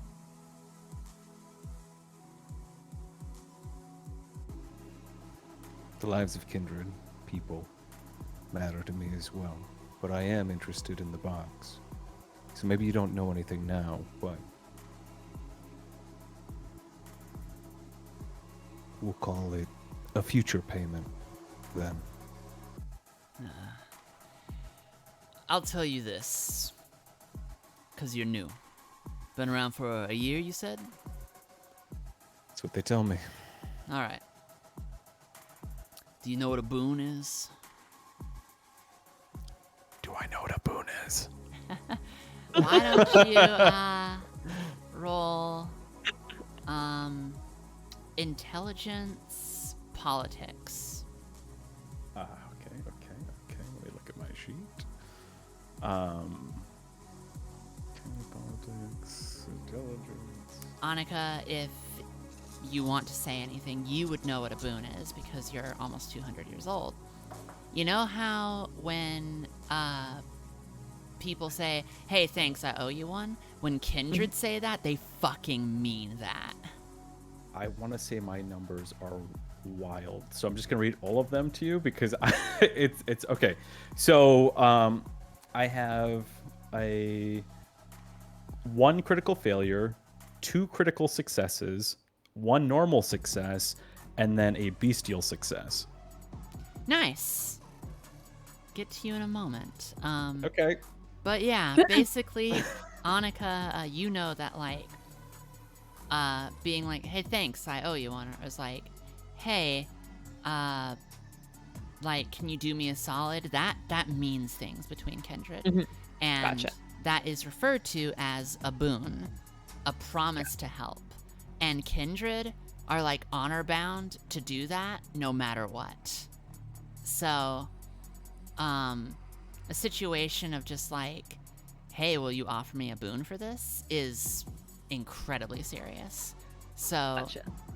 that's basically this Bruja being like, do you know what a boon is? You're fully aware of what a boon is. Gotcha.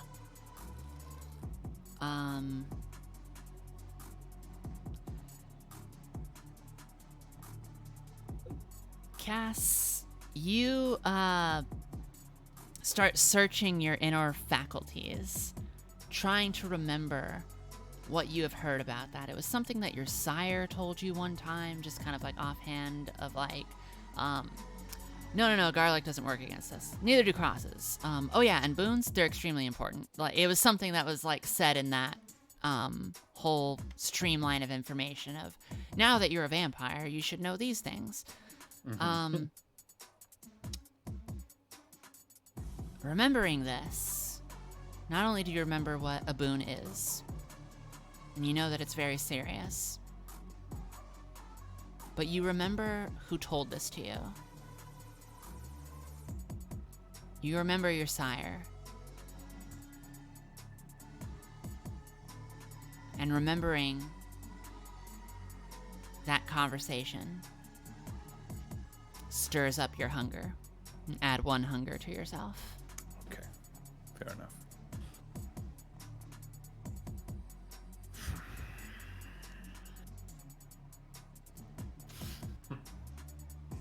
As young as I am, I'm aware of what a boon is. All right. Did you mean what you said? You wanted to give these Duskborn a job? I do, and I'll honor that as long as this isn't some kind of ploy to insert spies into the Camarilla ranks, because that would put all of their lives at jeopardy. Listen. They're already thin bloods. Their lives are already in jeopardy. Sure. There's prejudice on both sides on this matter.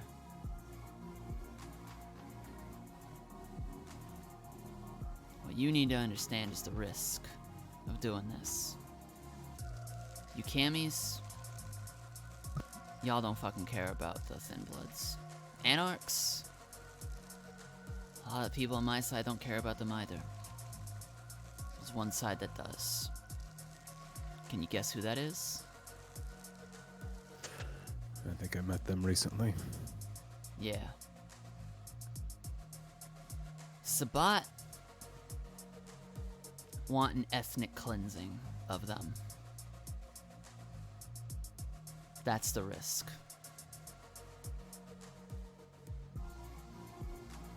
Maybe the Sabbat never find out. They usually don't. Sabbat aren't powerful like they used to be. But they're around.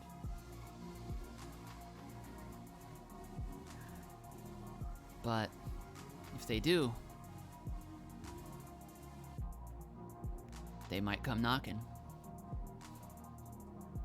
That's the risk.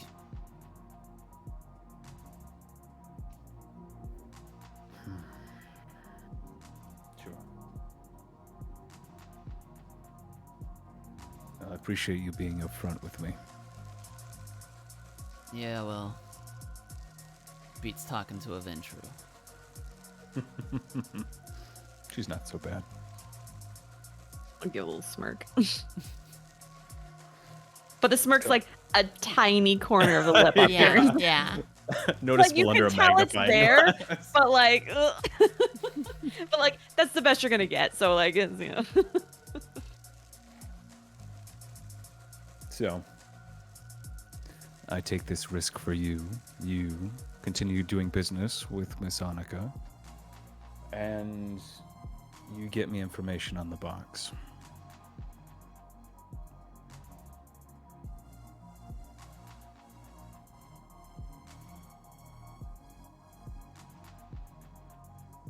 I'll accept this boon.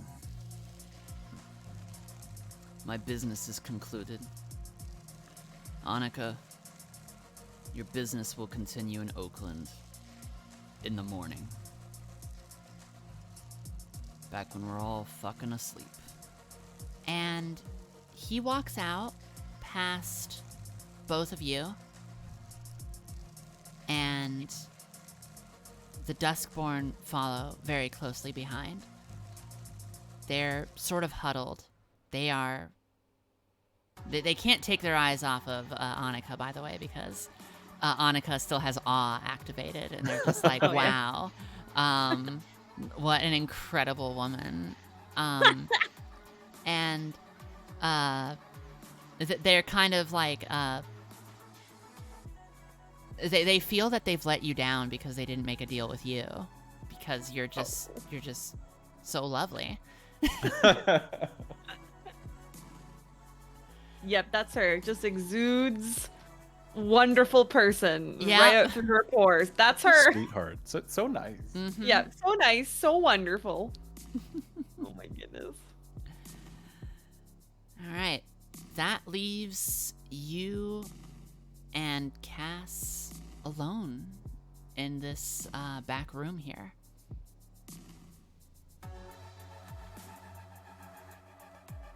Well, aren't you quite the businessman yourself? I'm not just a fresh face, you know.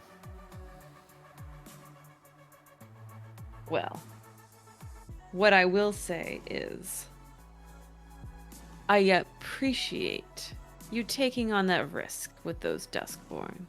They already had me in enough of a corner with this shipping container bullshit. I wasn't quite ready to risk putting them on the ships themselves. And for that, I will owe you a favor. This is not a boon. This is just a simple favor. If you need a favor... Is that allowed? Can I just give a straight favor? You can say that. Okay. Cass, I want you to do intelligence politics. And Annika, you'll be rolling against doing manipulation, subterfuge. Okay. Wow. Got extra dice here. Whoever has the most successes is going to win. Okay. I got a critical success and a critical fail. Oh. And then hunger was fine. And then a 2, a 5, and a 6. One success. Okay. Yeah. Okay. I have a critical fail and then 2 successes, so I think those just even out, right? Unfortunately, Annika will win because Annika has awe. Oh! Oh. So, as far as you know, Cass, this is just a favor. It's just no big deal. But Astrid will let everyone know a favor and a boon are the same thing to vampires, typically. Wow. So long as he thinks it's not a boon. Yeah. Yeah. He won't ask for anything crazy. Mm-hmm. Unless. Favor from the Annika Wolf. Don't let it get to your head. It already has.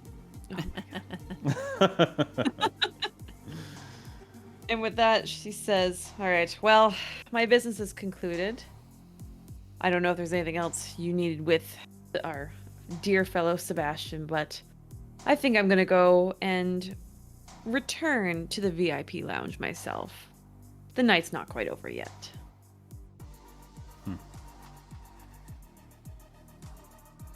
Well, if you ever feel like climbing down from that ivory tower of yours, I'd be happy to do business again sometime. I'll put your contact information in my phone. It's good enough for me. She puts in as baby vampire.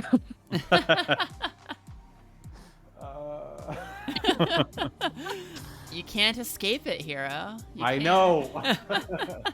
Still in the phone though, so Yeah. You're in true. the phone and she'll know who it is very Yeah. easily. So Yeah. like not bad. Win is a win. a win is a win. Yeah. So I do need to speak to Sebastian, but I will go mingle on the dance floor and try to find that girl that I saw earlier. Yes. Will you be doing the same, Annika? You are a bit hungry. Yeah, she went up to the VIP lounge just to get a bit of a better surveillance Yes. and to see if she could get like Sebastian to have one of his like servers or whatever get the guy pulled aside for her, so to speak. Of course. Yeah. All right.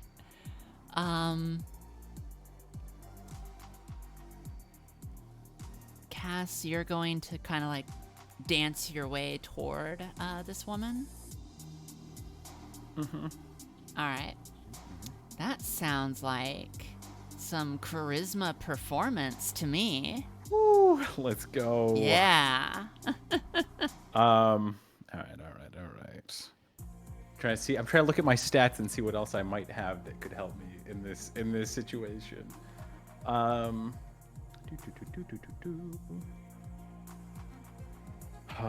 man, let's see. Well, I know I get a bonus for social checks, which I haven't been doing this entire night. I should be getting 1 extra dice per social check. Haven't done that. So we're gonna do that. Performance. I do have some performance dice actually. And then you said charisma. Yes. Okay. Still with 2 hunger. Yes. Okay. Man, this is a lot of dice going on. Almost all of my D10s. There you go. That dice ASMR, you're right, Possum. Nice. It's so good. Oh my gosh. Okay. Ooh, Jesus. Hold on 1 second. I'm pulling out the successes. Yeah, I find my eyes just go fuzzy when I'm trying to read the dice between especially the 6s and 9s. I'm like, oh god. Okay, so this is crazy. I have. Okay, so one critical failure. Do we just count it as we just subtract? Yeah, one, just subtract a basically? success. Okay. If you get a 1.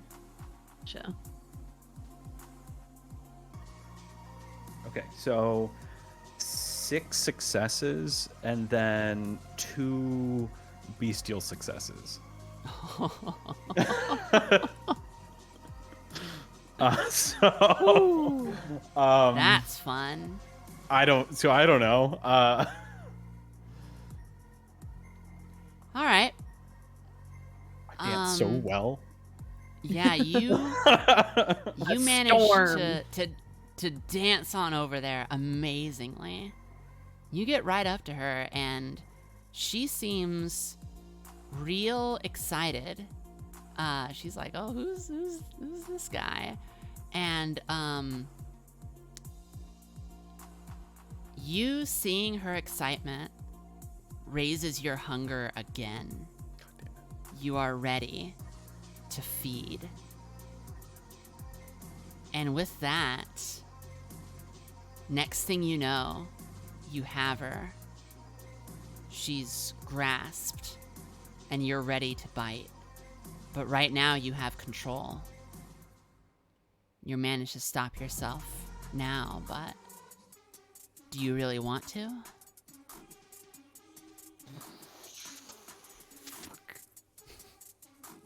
I mean, yes. No, but yes. It's one of those painful decisions. Yes. All right. Can't embarrass myself in front of Oscar Wilde. Okay? All right. As a result of this, stopping yourself from going too far, raise your hunger again. Okay. You can feel the beast just absolutely fighting for control of your body. Just going, do it! Drain her! Kill her! Right now! Drink all of her! Do it! Right now! And it's like an unavoidable, unstoppable sound. It's almost as loud as the music itself. It will not leave you alone. But then you look at her and she's just dancing. Having a great time.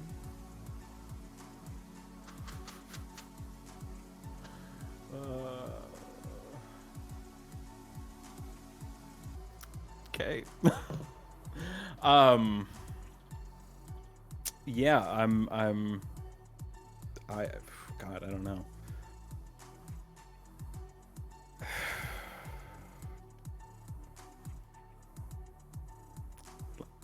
I want to feed, but I don't want to drain her. That's where I want to stop myself, you know? Jeez. All right, so are you going to feed on her here?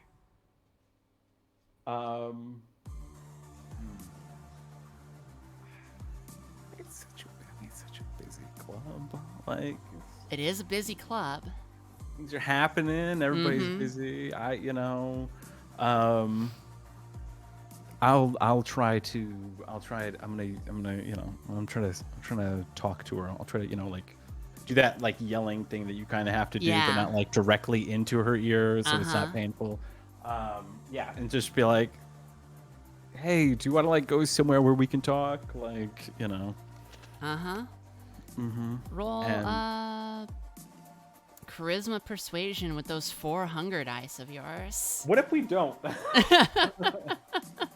if we don't? Oh, God, so many dice, Jesus. Just adding more to the mix. Okay.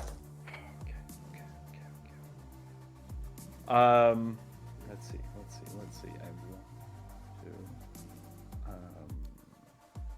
Annika, in the meantime, you motion to Sebastian Melmoth's associates that you want that man brought up.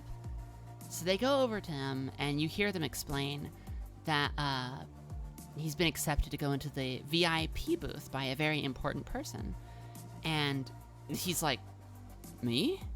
And they lead him up, and they lead him directly to you, and he looks a little bit confused, but immediately, with your awe still on, he just smiles and goes, oh,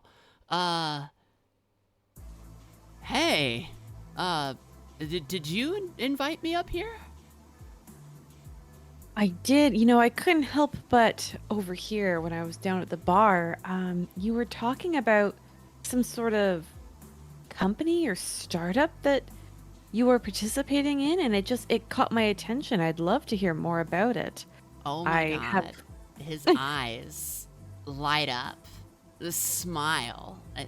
This is the happiest he may have been in like a year. Just, wow. He's so excited to get to know you. And it's just like, yeah, I'm starting up a new business in crypto. Oh, really? Like, this is the first time she actually smiles. Yeah. Well, please join me and tell me all about this. I'd love to know more. I have an office in the valley myself. Oh, you're in business. I thought I recognized you. What was it? Arclight, I think. Yeah. Yes, it is. Wow. So you've heard of us then? Oh yeah, one of the most powerful pharmaceutical companies in the world. Really, that's incredible. Yeah. I think that Arclight could benefit from probably getting medical residuals through Bitcoin. Oh my God. Do it. Kill him. We'll miss him. It's fine. It's fine. He's one of many. For those of you that do not know, so every kindred has their own taste of the blood that they prefer to drink. Ventru, especially, have to hunt inside their specific taste. Annika's taste is tech bros. I love that. Like, literally, that's her her game, as they call it. That's who she hunts. God. Yeah, that was a good one. That was a good choice. I wish Cass knew that. You might find out eventually. Sure. Yeah. There's a pattern that they're all wearing the Patagonia vests. Yeah, they're all wearing Patagonia. Oh, you drive a Tesla. Oh, interesting. Oh, that's so interesting. Tell me more. All right. What was your dice roll result, Cass? Oh shit! I was so interested in everything that was happening. I had 4 successes. 4. Everything else was like middling. How about those hunger? Turn up anything fun? Just middle of the roads. Gotcha. All right. she just kind of yells back, "Yeah, let's go to the bathroom." Perfect. And yeah, I will take her hand and we'll go to the bathroom. All right. So, go off there and go to the bathroom, and she's very fascinated in you. She's pretty excited. I'm excited too, but for different reasons. Yes. So yeah, so you know, get a little intimate stall. Mhm.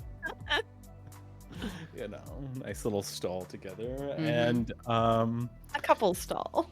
yeah, and you know, we'll start making out and go from there.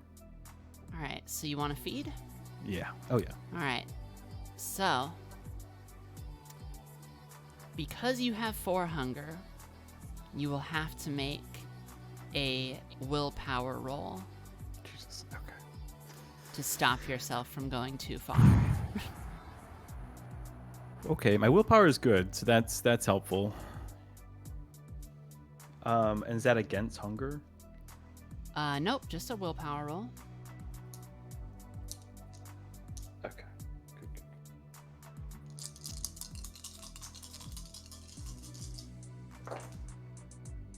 Good. Okay.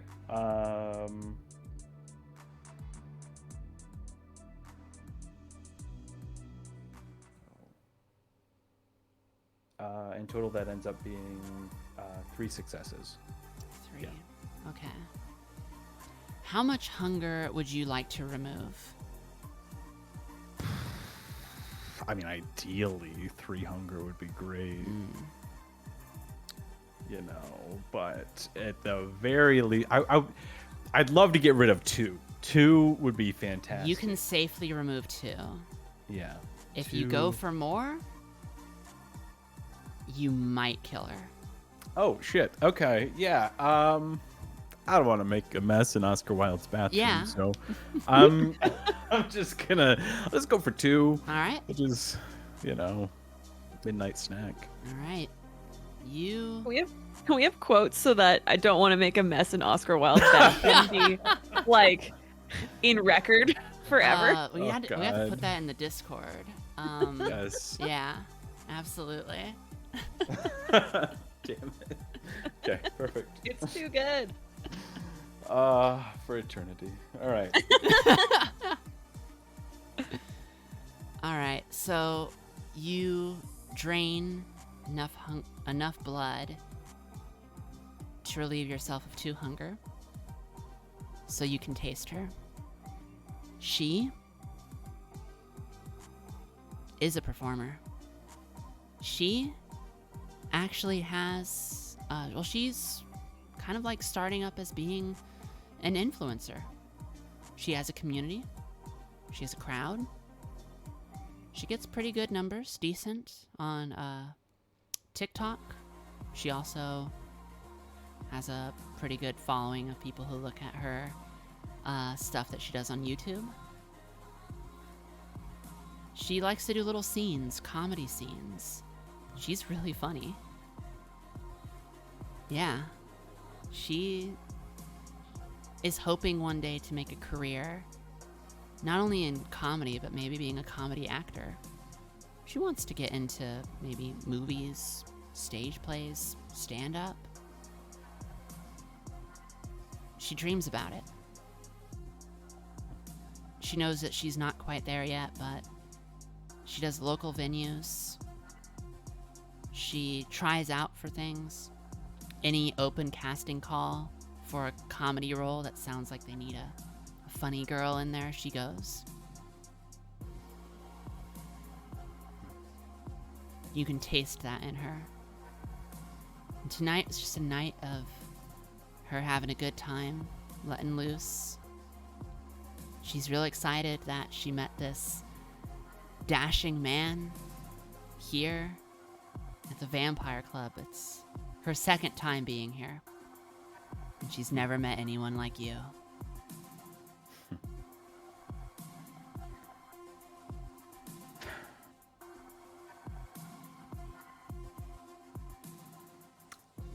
we're gonna. Yep, I will. We'll do our thing, right? Mm-hmm. And I will. I'll say, oh hey, we should get to, after everything, we should get together again, sometime, and I'll give her my number. All right. She takes it. She's in ecstasy, partially because of the fun that she had with you, but also that's the effect of Toreadors tasting a mortal's blood. Perfect. All right. So let me tell you what, Miss Wolf. You can see crypto is on the rise. Right now is the perfect time to get invested. Oh my god.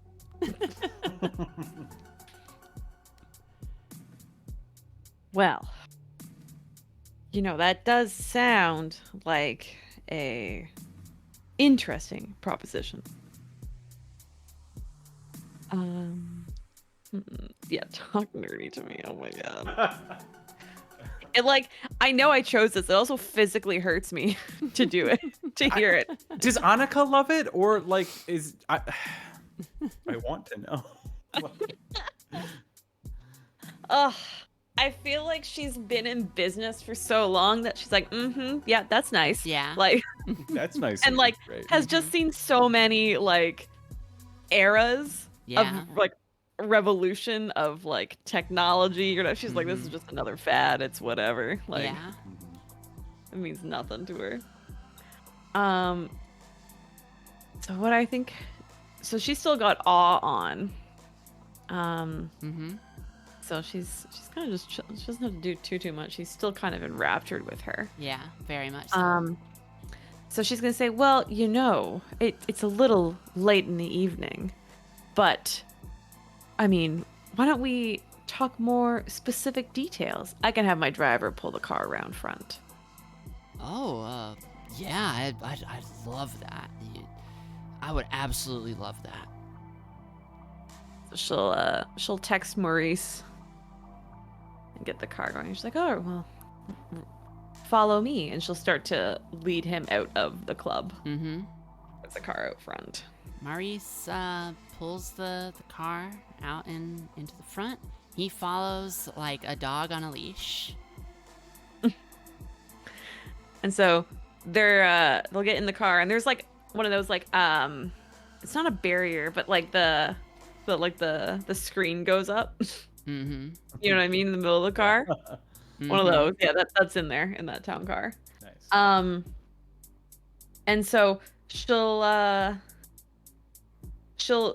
start asking him more specific details about his specific ideas and whatnot, and she'll just kind of put a hand on the knee, so to speak, and try to lean in a little closer to show interest to him. All right. This is the best night of his life. He came here with someone, probably his partner. He doesn't care about them. Not at all. In here with a 200-year-old vampire that has turned on the power of awe. He doesn't know that, but he has forgotten the world around him. So Annika's gonna lean in close to his neck and just kind of test the waters and give a little nip and see what he does. He responds with this oh, I wasn't expecting business to go this way. Oh, they never do. So she'll go in for the chomp. For sure. All right. You have 2 hunger. You Yep. can easily go down to 1. Do you want to kill him? No, I don't want to kill him. Okay. Then you will be able to go down to 1. Cool. All right. You drink his blood and you can taste who he is. This is the guy that put his mother's home on a lien to invest in Bitcoin. Oh. It did well for him for a little bit. Got a little bit overzealous and kind of ruined him a bit. But it ruined his family more than him. Hmm. And you can taste in him that he doesn't care. To him, it was just another investment decision. Damn. This is a person whose priority in life has always been to be rich. Not successful. Not anything virtuous.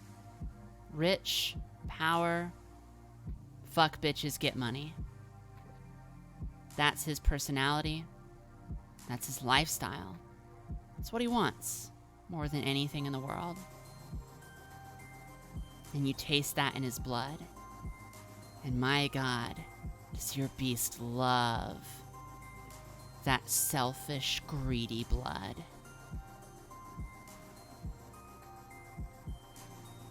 He passes out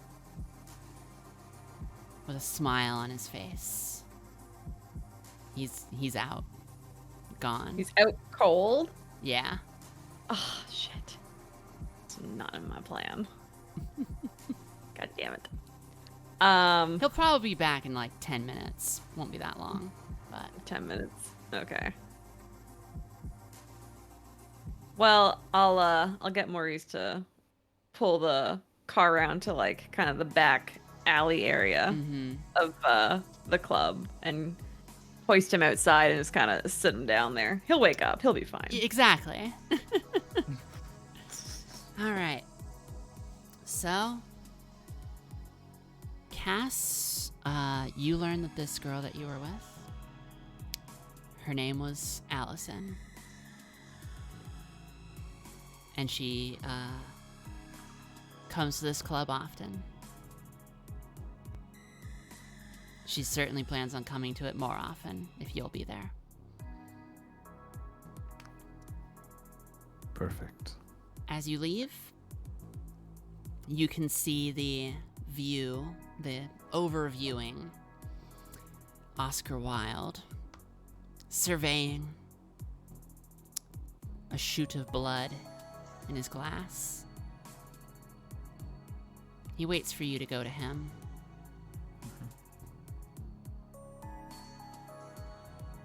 Yeah, once I'm finished, I'll come up and greet him.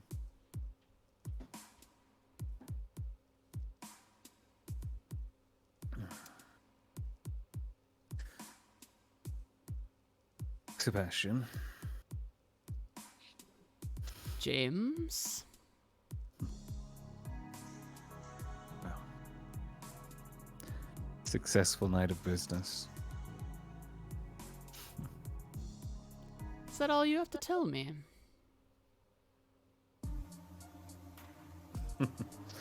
No, not at all.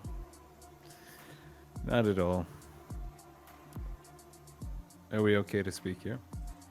Go ahead. Sure. Well,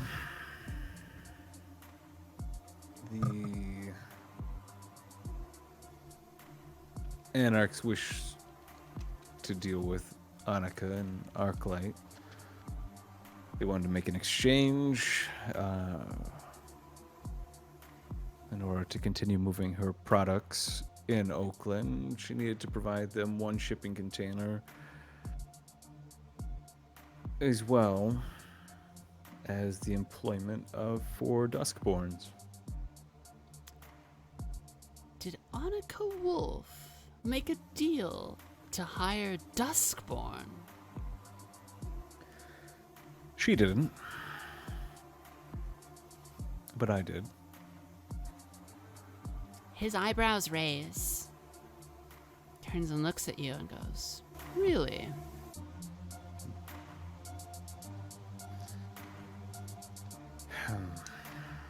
Kindred.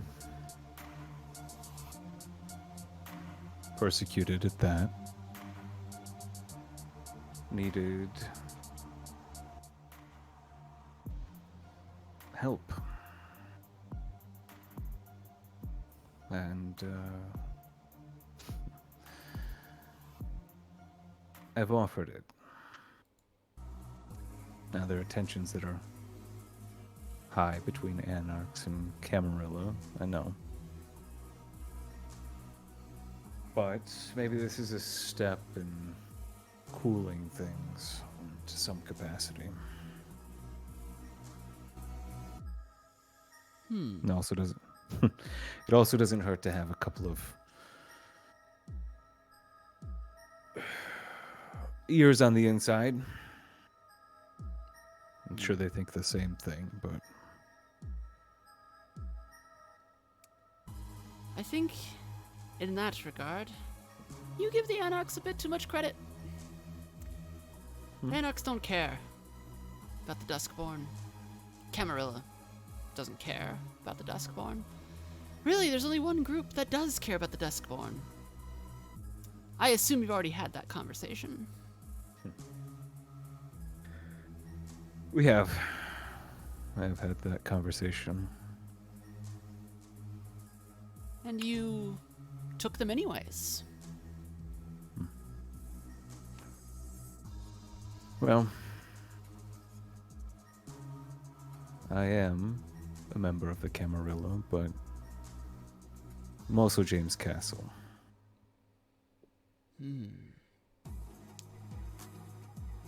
That is a beautiful answer. I must say, I've had a good time getting to know you. You flatter me. Well, you talk like a Bruja sometimes.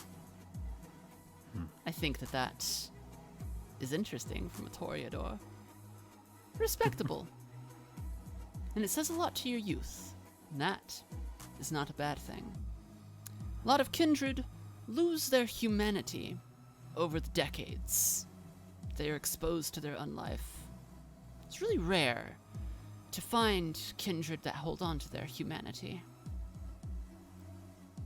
Take Annika Wolf. She's wonderful. But a Vintru through and through. She is a lot more complicated than you might think. If you ever want to know how complicated, ask the Nosferatu.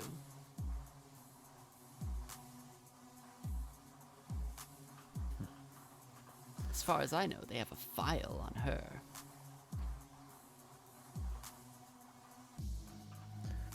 Maybe I will.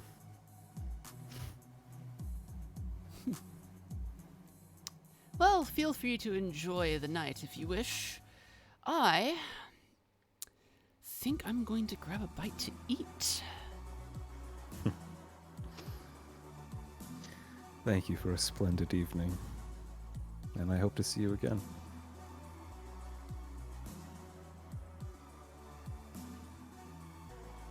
All right, we're going to go over to Annika one more time. Your phone rings, and you can see that it is Elliot. She'll answer the call.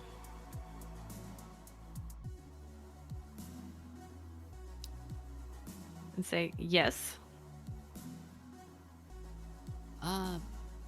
Just want you to know that everything is back to normal.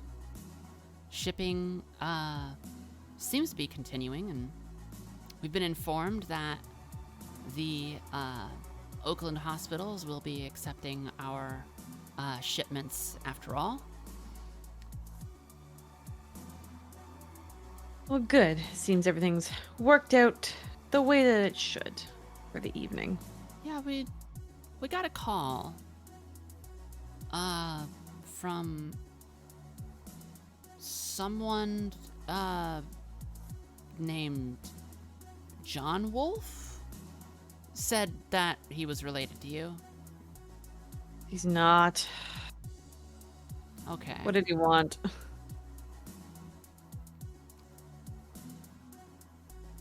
He said that he appreciates doing business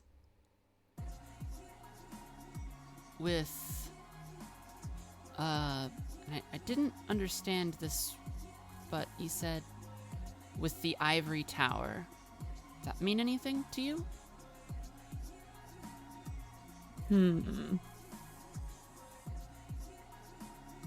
Well, I'm glad he's satisfied with our arrangement. We'll leave it at that. Well, all right. That was all. I hope that you have a good night, ma'am. You too, Elliot. I'll see you tomorrow. She'll, like, hang up the phone.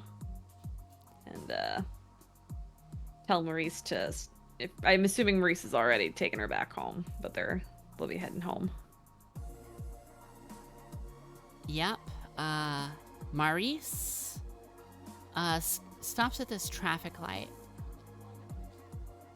And then he gets out of the car.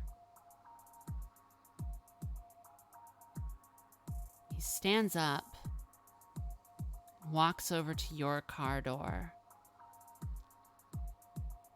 and you see that he's going to open it, but you're just in the middle of a street.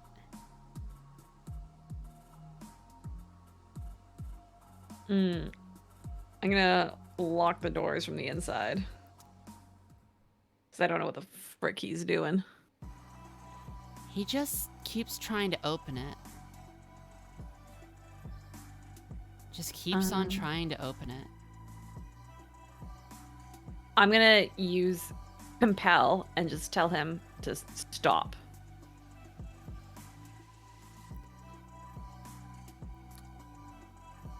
When you do, in the front seat behind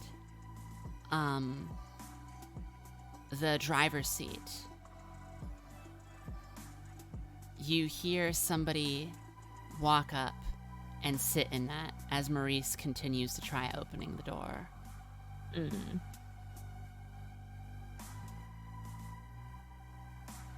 And there's a knock at your screen that you have up.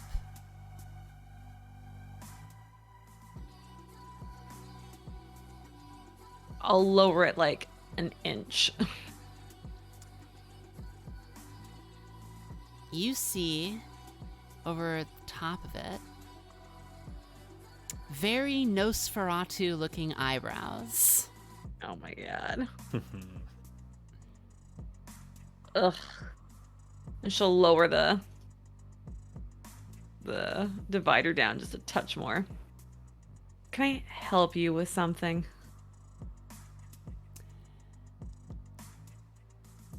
Yes. I was just curious what you were doing with the Anarchs in the Castro. And you can see that this is Daedalus, the Nosferatu primogen. He's as ugly as ever and smiling in the worst way that he possibly can, as every Nosferatu seems to do. You could have asked me without stinking up my car, Daedalus. Messing Where's with the my theatrics driver. in that? I thought you liked theatrics, spending time with Toreadors. God, I hate Nosferatu. Anyways, she like says it under her breath. Uh-huh. And she says, listen. That stupid John Wolf Ventru was choke holding some of our shipments. It wasn't willing to release them anytime soon unless we made a negotiation. And the fact of the matter is, it would have been really fucking bad if we just rolled over and let it happen. All right, this was going to interfere with real world business, not just damaging to us, but for the Masquerade as it is. So he had to be placated, but I gave him the bare fucking minimum, so I think we'll be okay. All right. What would you like me to tell the prince about your anarch business? You can tell the prince that it's temporary. He's been given a toenail's worth of a bribe. And not even a bribe, a negotiation, truly.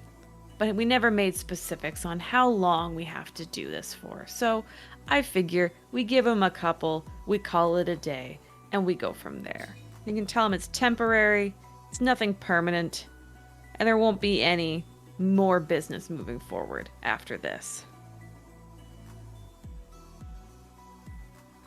Okay. I'll be sure to do that. Driver, please take my beautiful white skin home. And you hear Maurice go, never heard you refer to it that way, but yeah, I got you. I'll take you home. And he just goes, farewell. And he walks out of the car. Maurice continues business as usual, but a little weird that you would refer to yourself that way. And I could just ugh, Nosferatu. Mm-hmm.